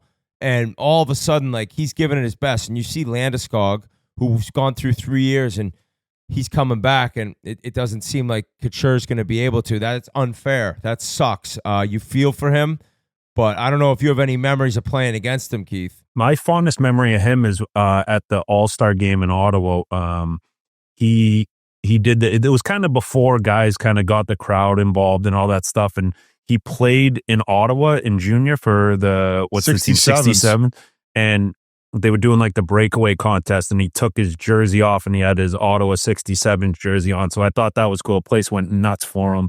I remember like his demeanor when he was playing. He was a calm guy off the ice, still, wasn't high, bringing energy or anything, but just a cool dude on the ice. Just played hard, did what it took to win. You think of him and Thornton and Marlowe, like those guys with those great teams for so long, and terrible to hear that he has to end his career like this. And, a guy that, cemented his name in Sharks history And Alec Martinez and Patty Maroon too. I just want to say amazing careers from both of those guys. True pros of pros. Were amazing leaders, amazing winners. They both got their cups, and they'll be missed in the game for sure. Yeah, he ended up scoring 701 points, 323 goals, 116 playoff games, 48 goals, which is tied with Pavelski for the second most in franchise history behind Patrick Marleau. Yeah, that's it, boys. We're into the playoffs. We're ready to go. We got coming at you Wednesday this week, tomorrow, game notes, 12 Eastern. We will be back on Friday, and then we're into the mix. We're coming to you every week. Monday, game notes Wednesday, Chiclets back again Friday. I cannot wait to see the exact series when we get the exact matchups, what's going to go down. And the Frozen 4 vlog on YouTube Thursday. Merle's Army and G and Memesy, they ran around St. Louis like a couple of lunatics, and the vlog will be out Thursday at, I'm guessing, 12 Eastern. Go ahead, And Bess. back with obviously 4 breakdowns of potential matchups, praying for the Battle of Alberta, the Battle of Florida. What would you guys like to see? I'd like to see Winnipeg, Minnesota. What do you mean the Battle of Alberta? I want to see Winnipeg, Calgary. Battle of Ontario. Battle of Ontario, Biz. I said that. I said no. Battle of You said Alberta. Your head's not even in the playoffs. No man. way. I said you're Battle out of the, Alberta. You're out of the Jesus. Yeah, Jesus. I can't wait to talk about that series. I can't wait to talk about Toronto, baby. I want to see the Blues versus Winnipeg. I think they can disrupt them, and I think that's the 8-1 upset we can get, and that would just Murr throw coming in in the whole hot. mix. And tonight, guys, hockey fans, you got playoff hockey a little early, starting tonight. St. Louis, Utah, Minnesota, Anaheim. We got action out west and out east. We'll see if Montreal gets it done by now. You know, if you're listening. We love you all. Incredible show. Had a blast catching up with you guys. Murr, G, thanks for all what you guys did in St. Louis. And I'll be watching on Wednesday. Peace.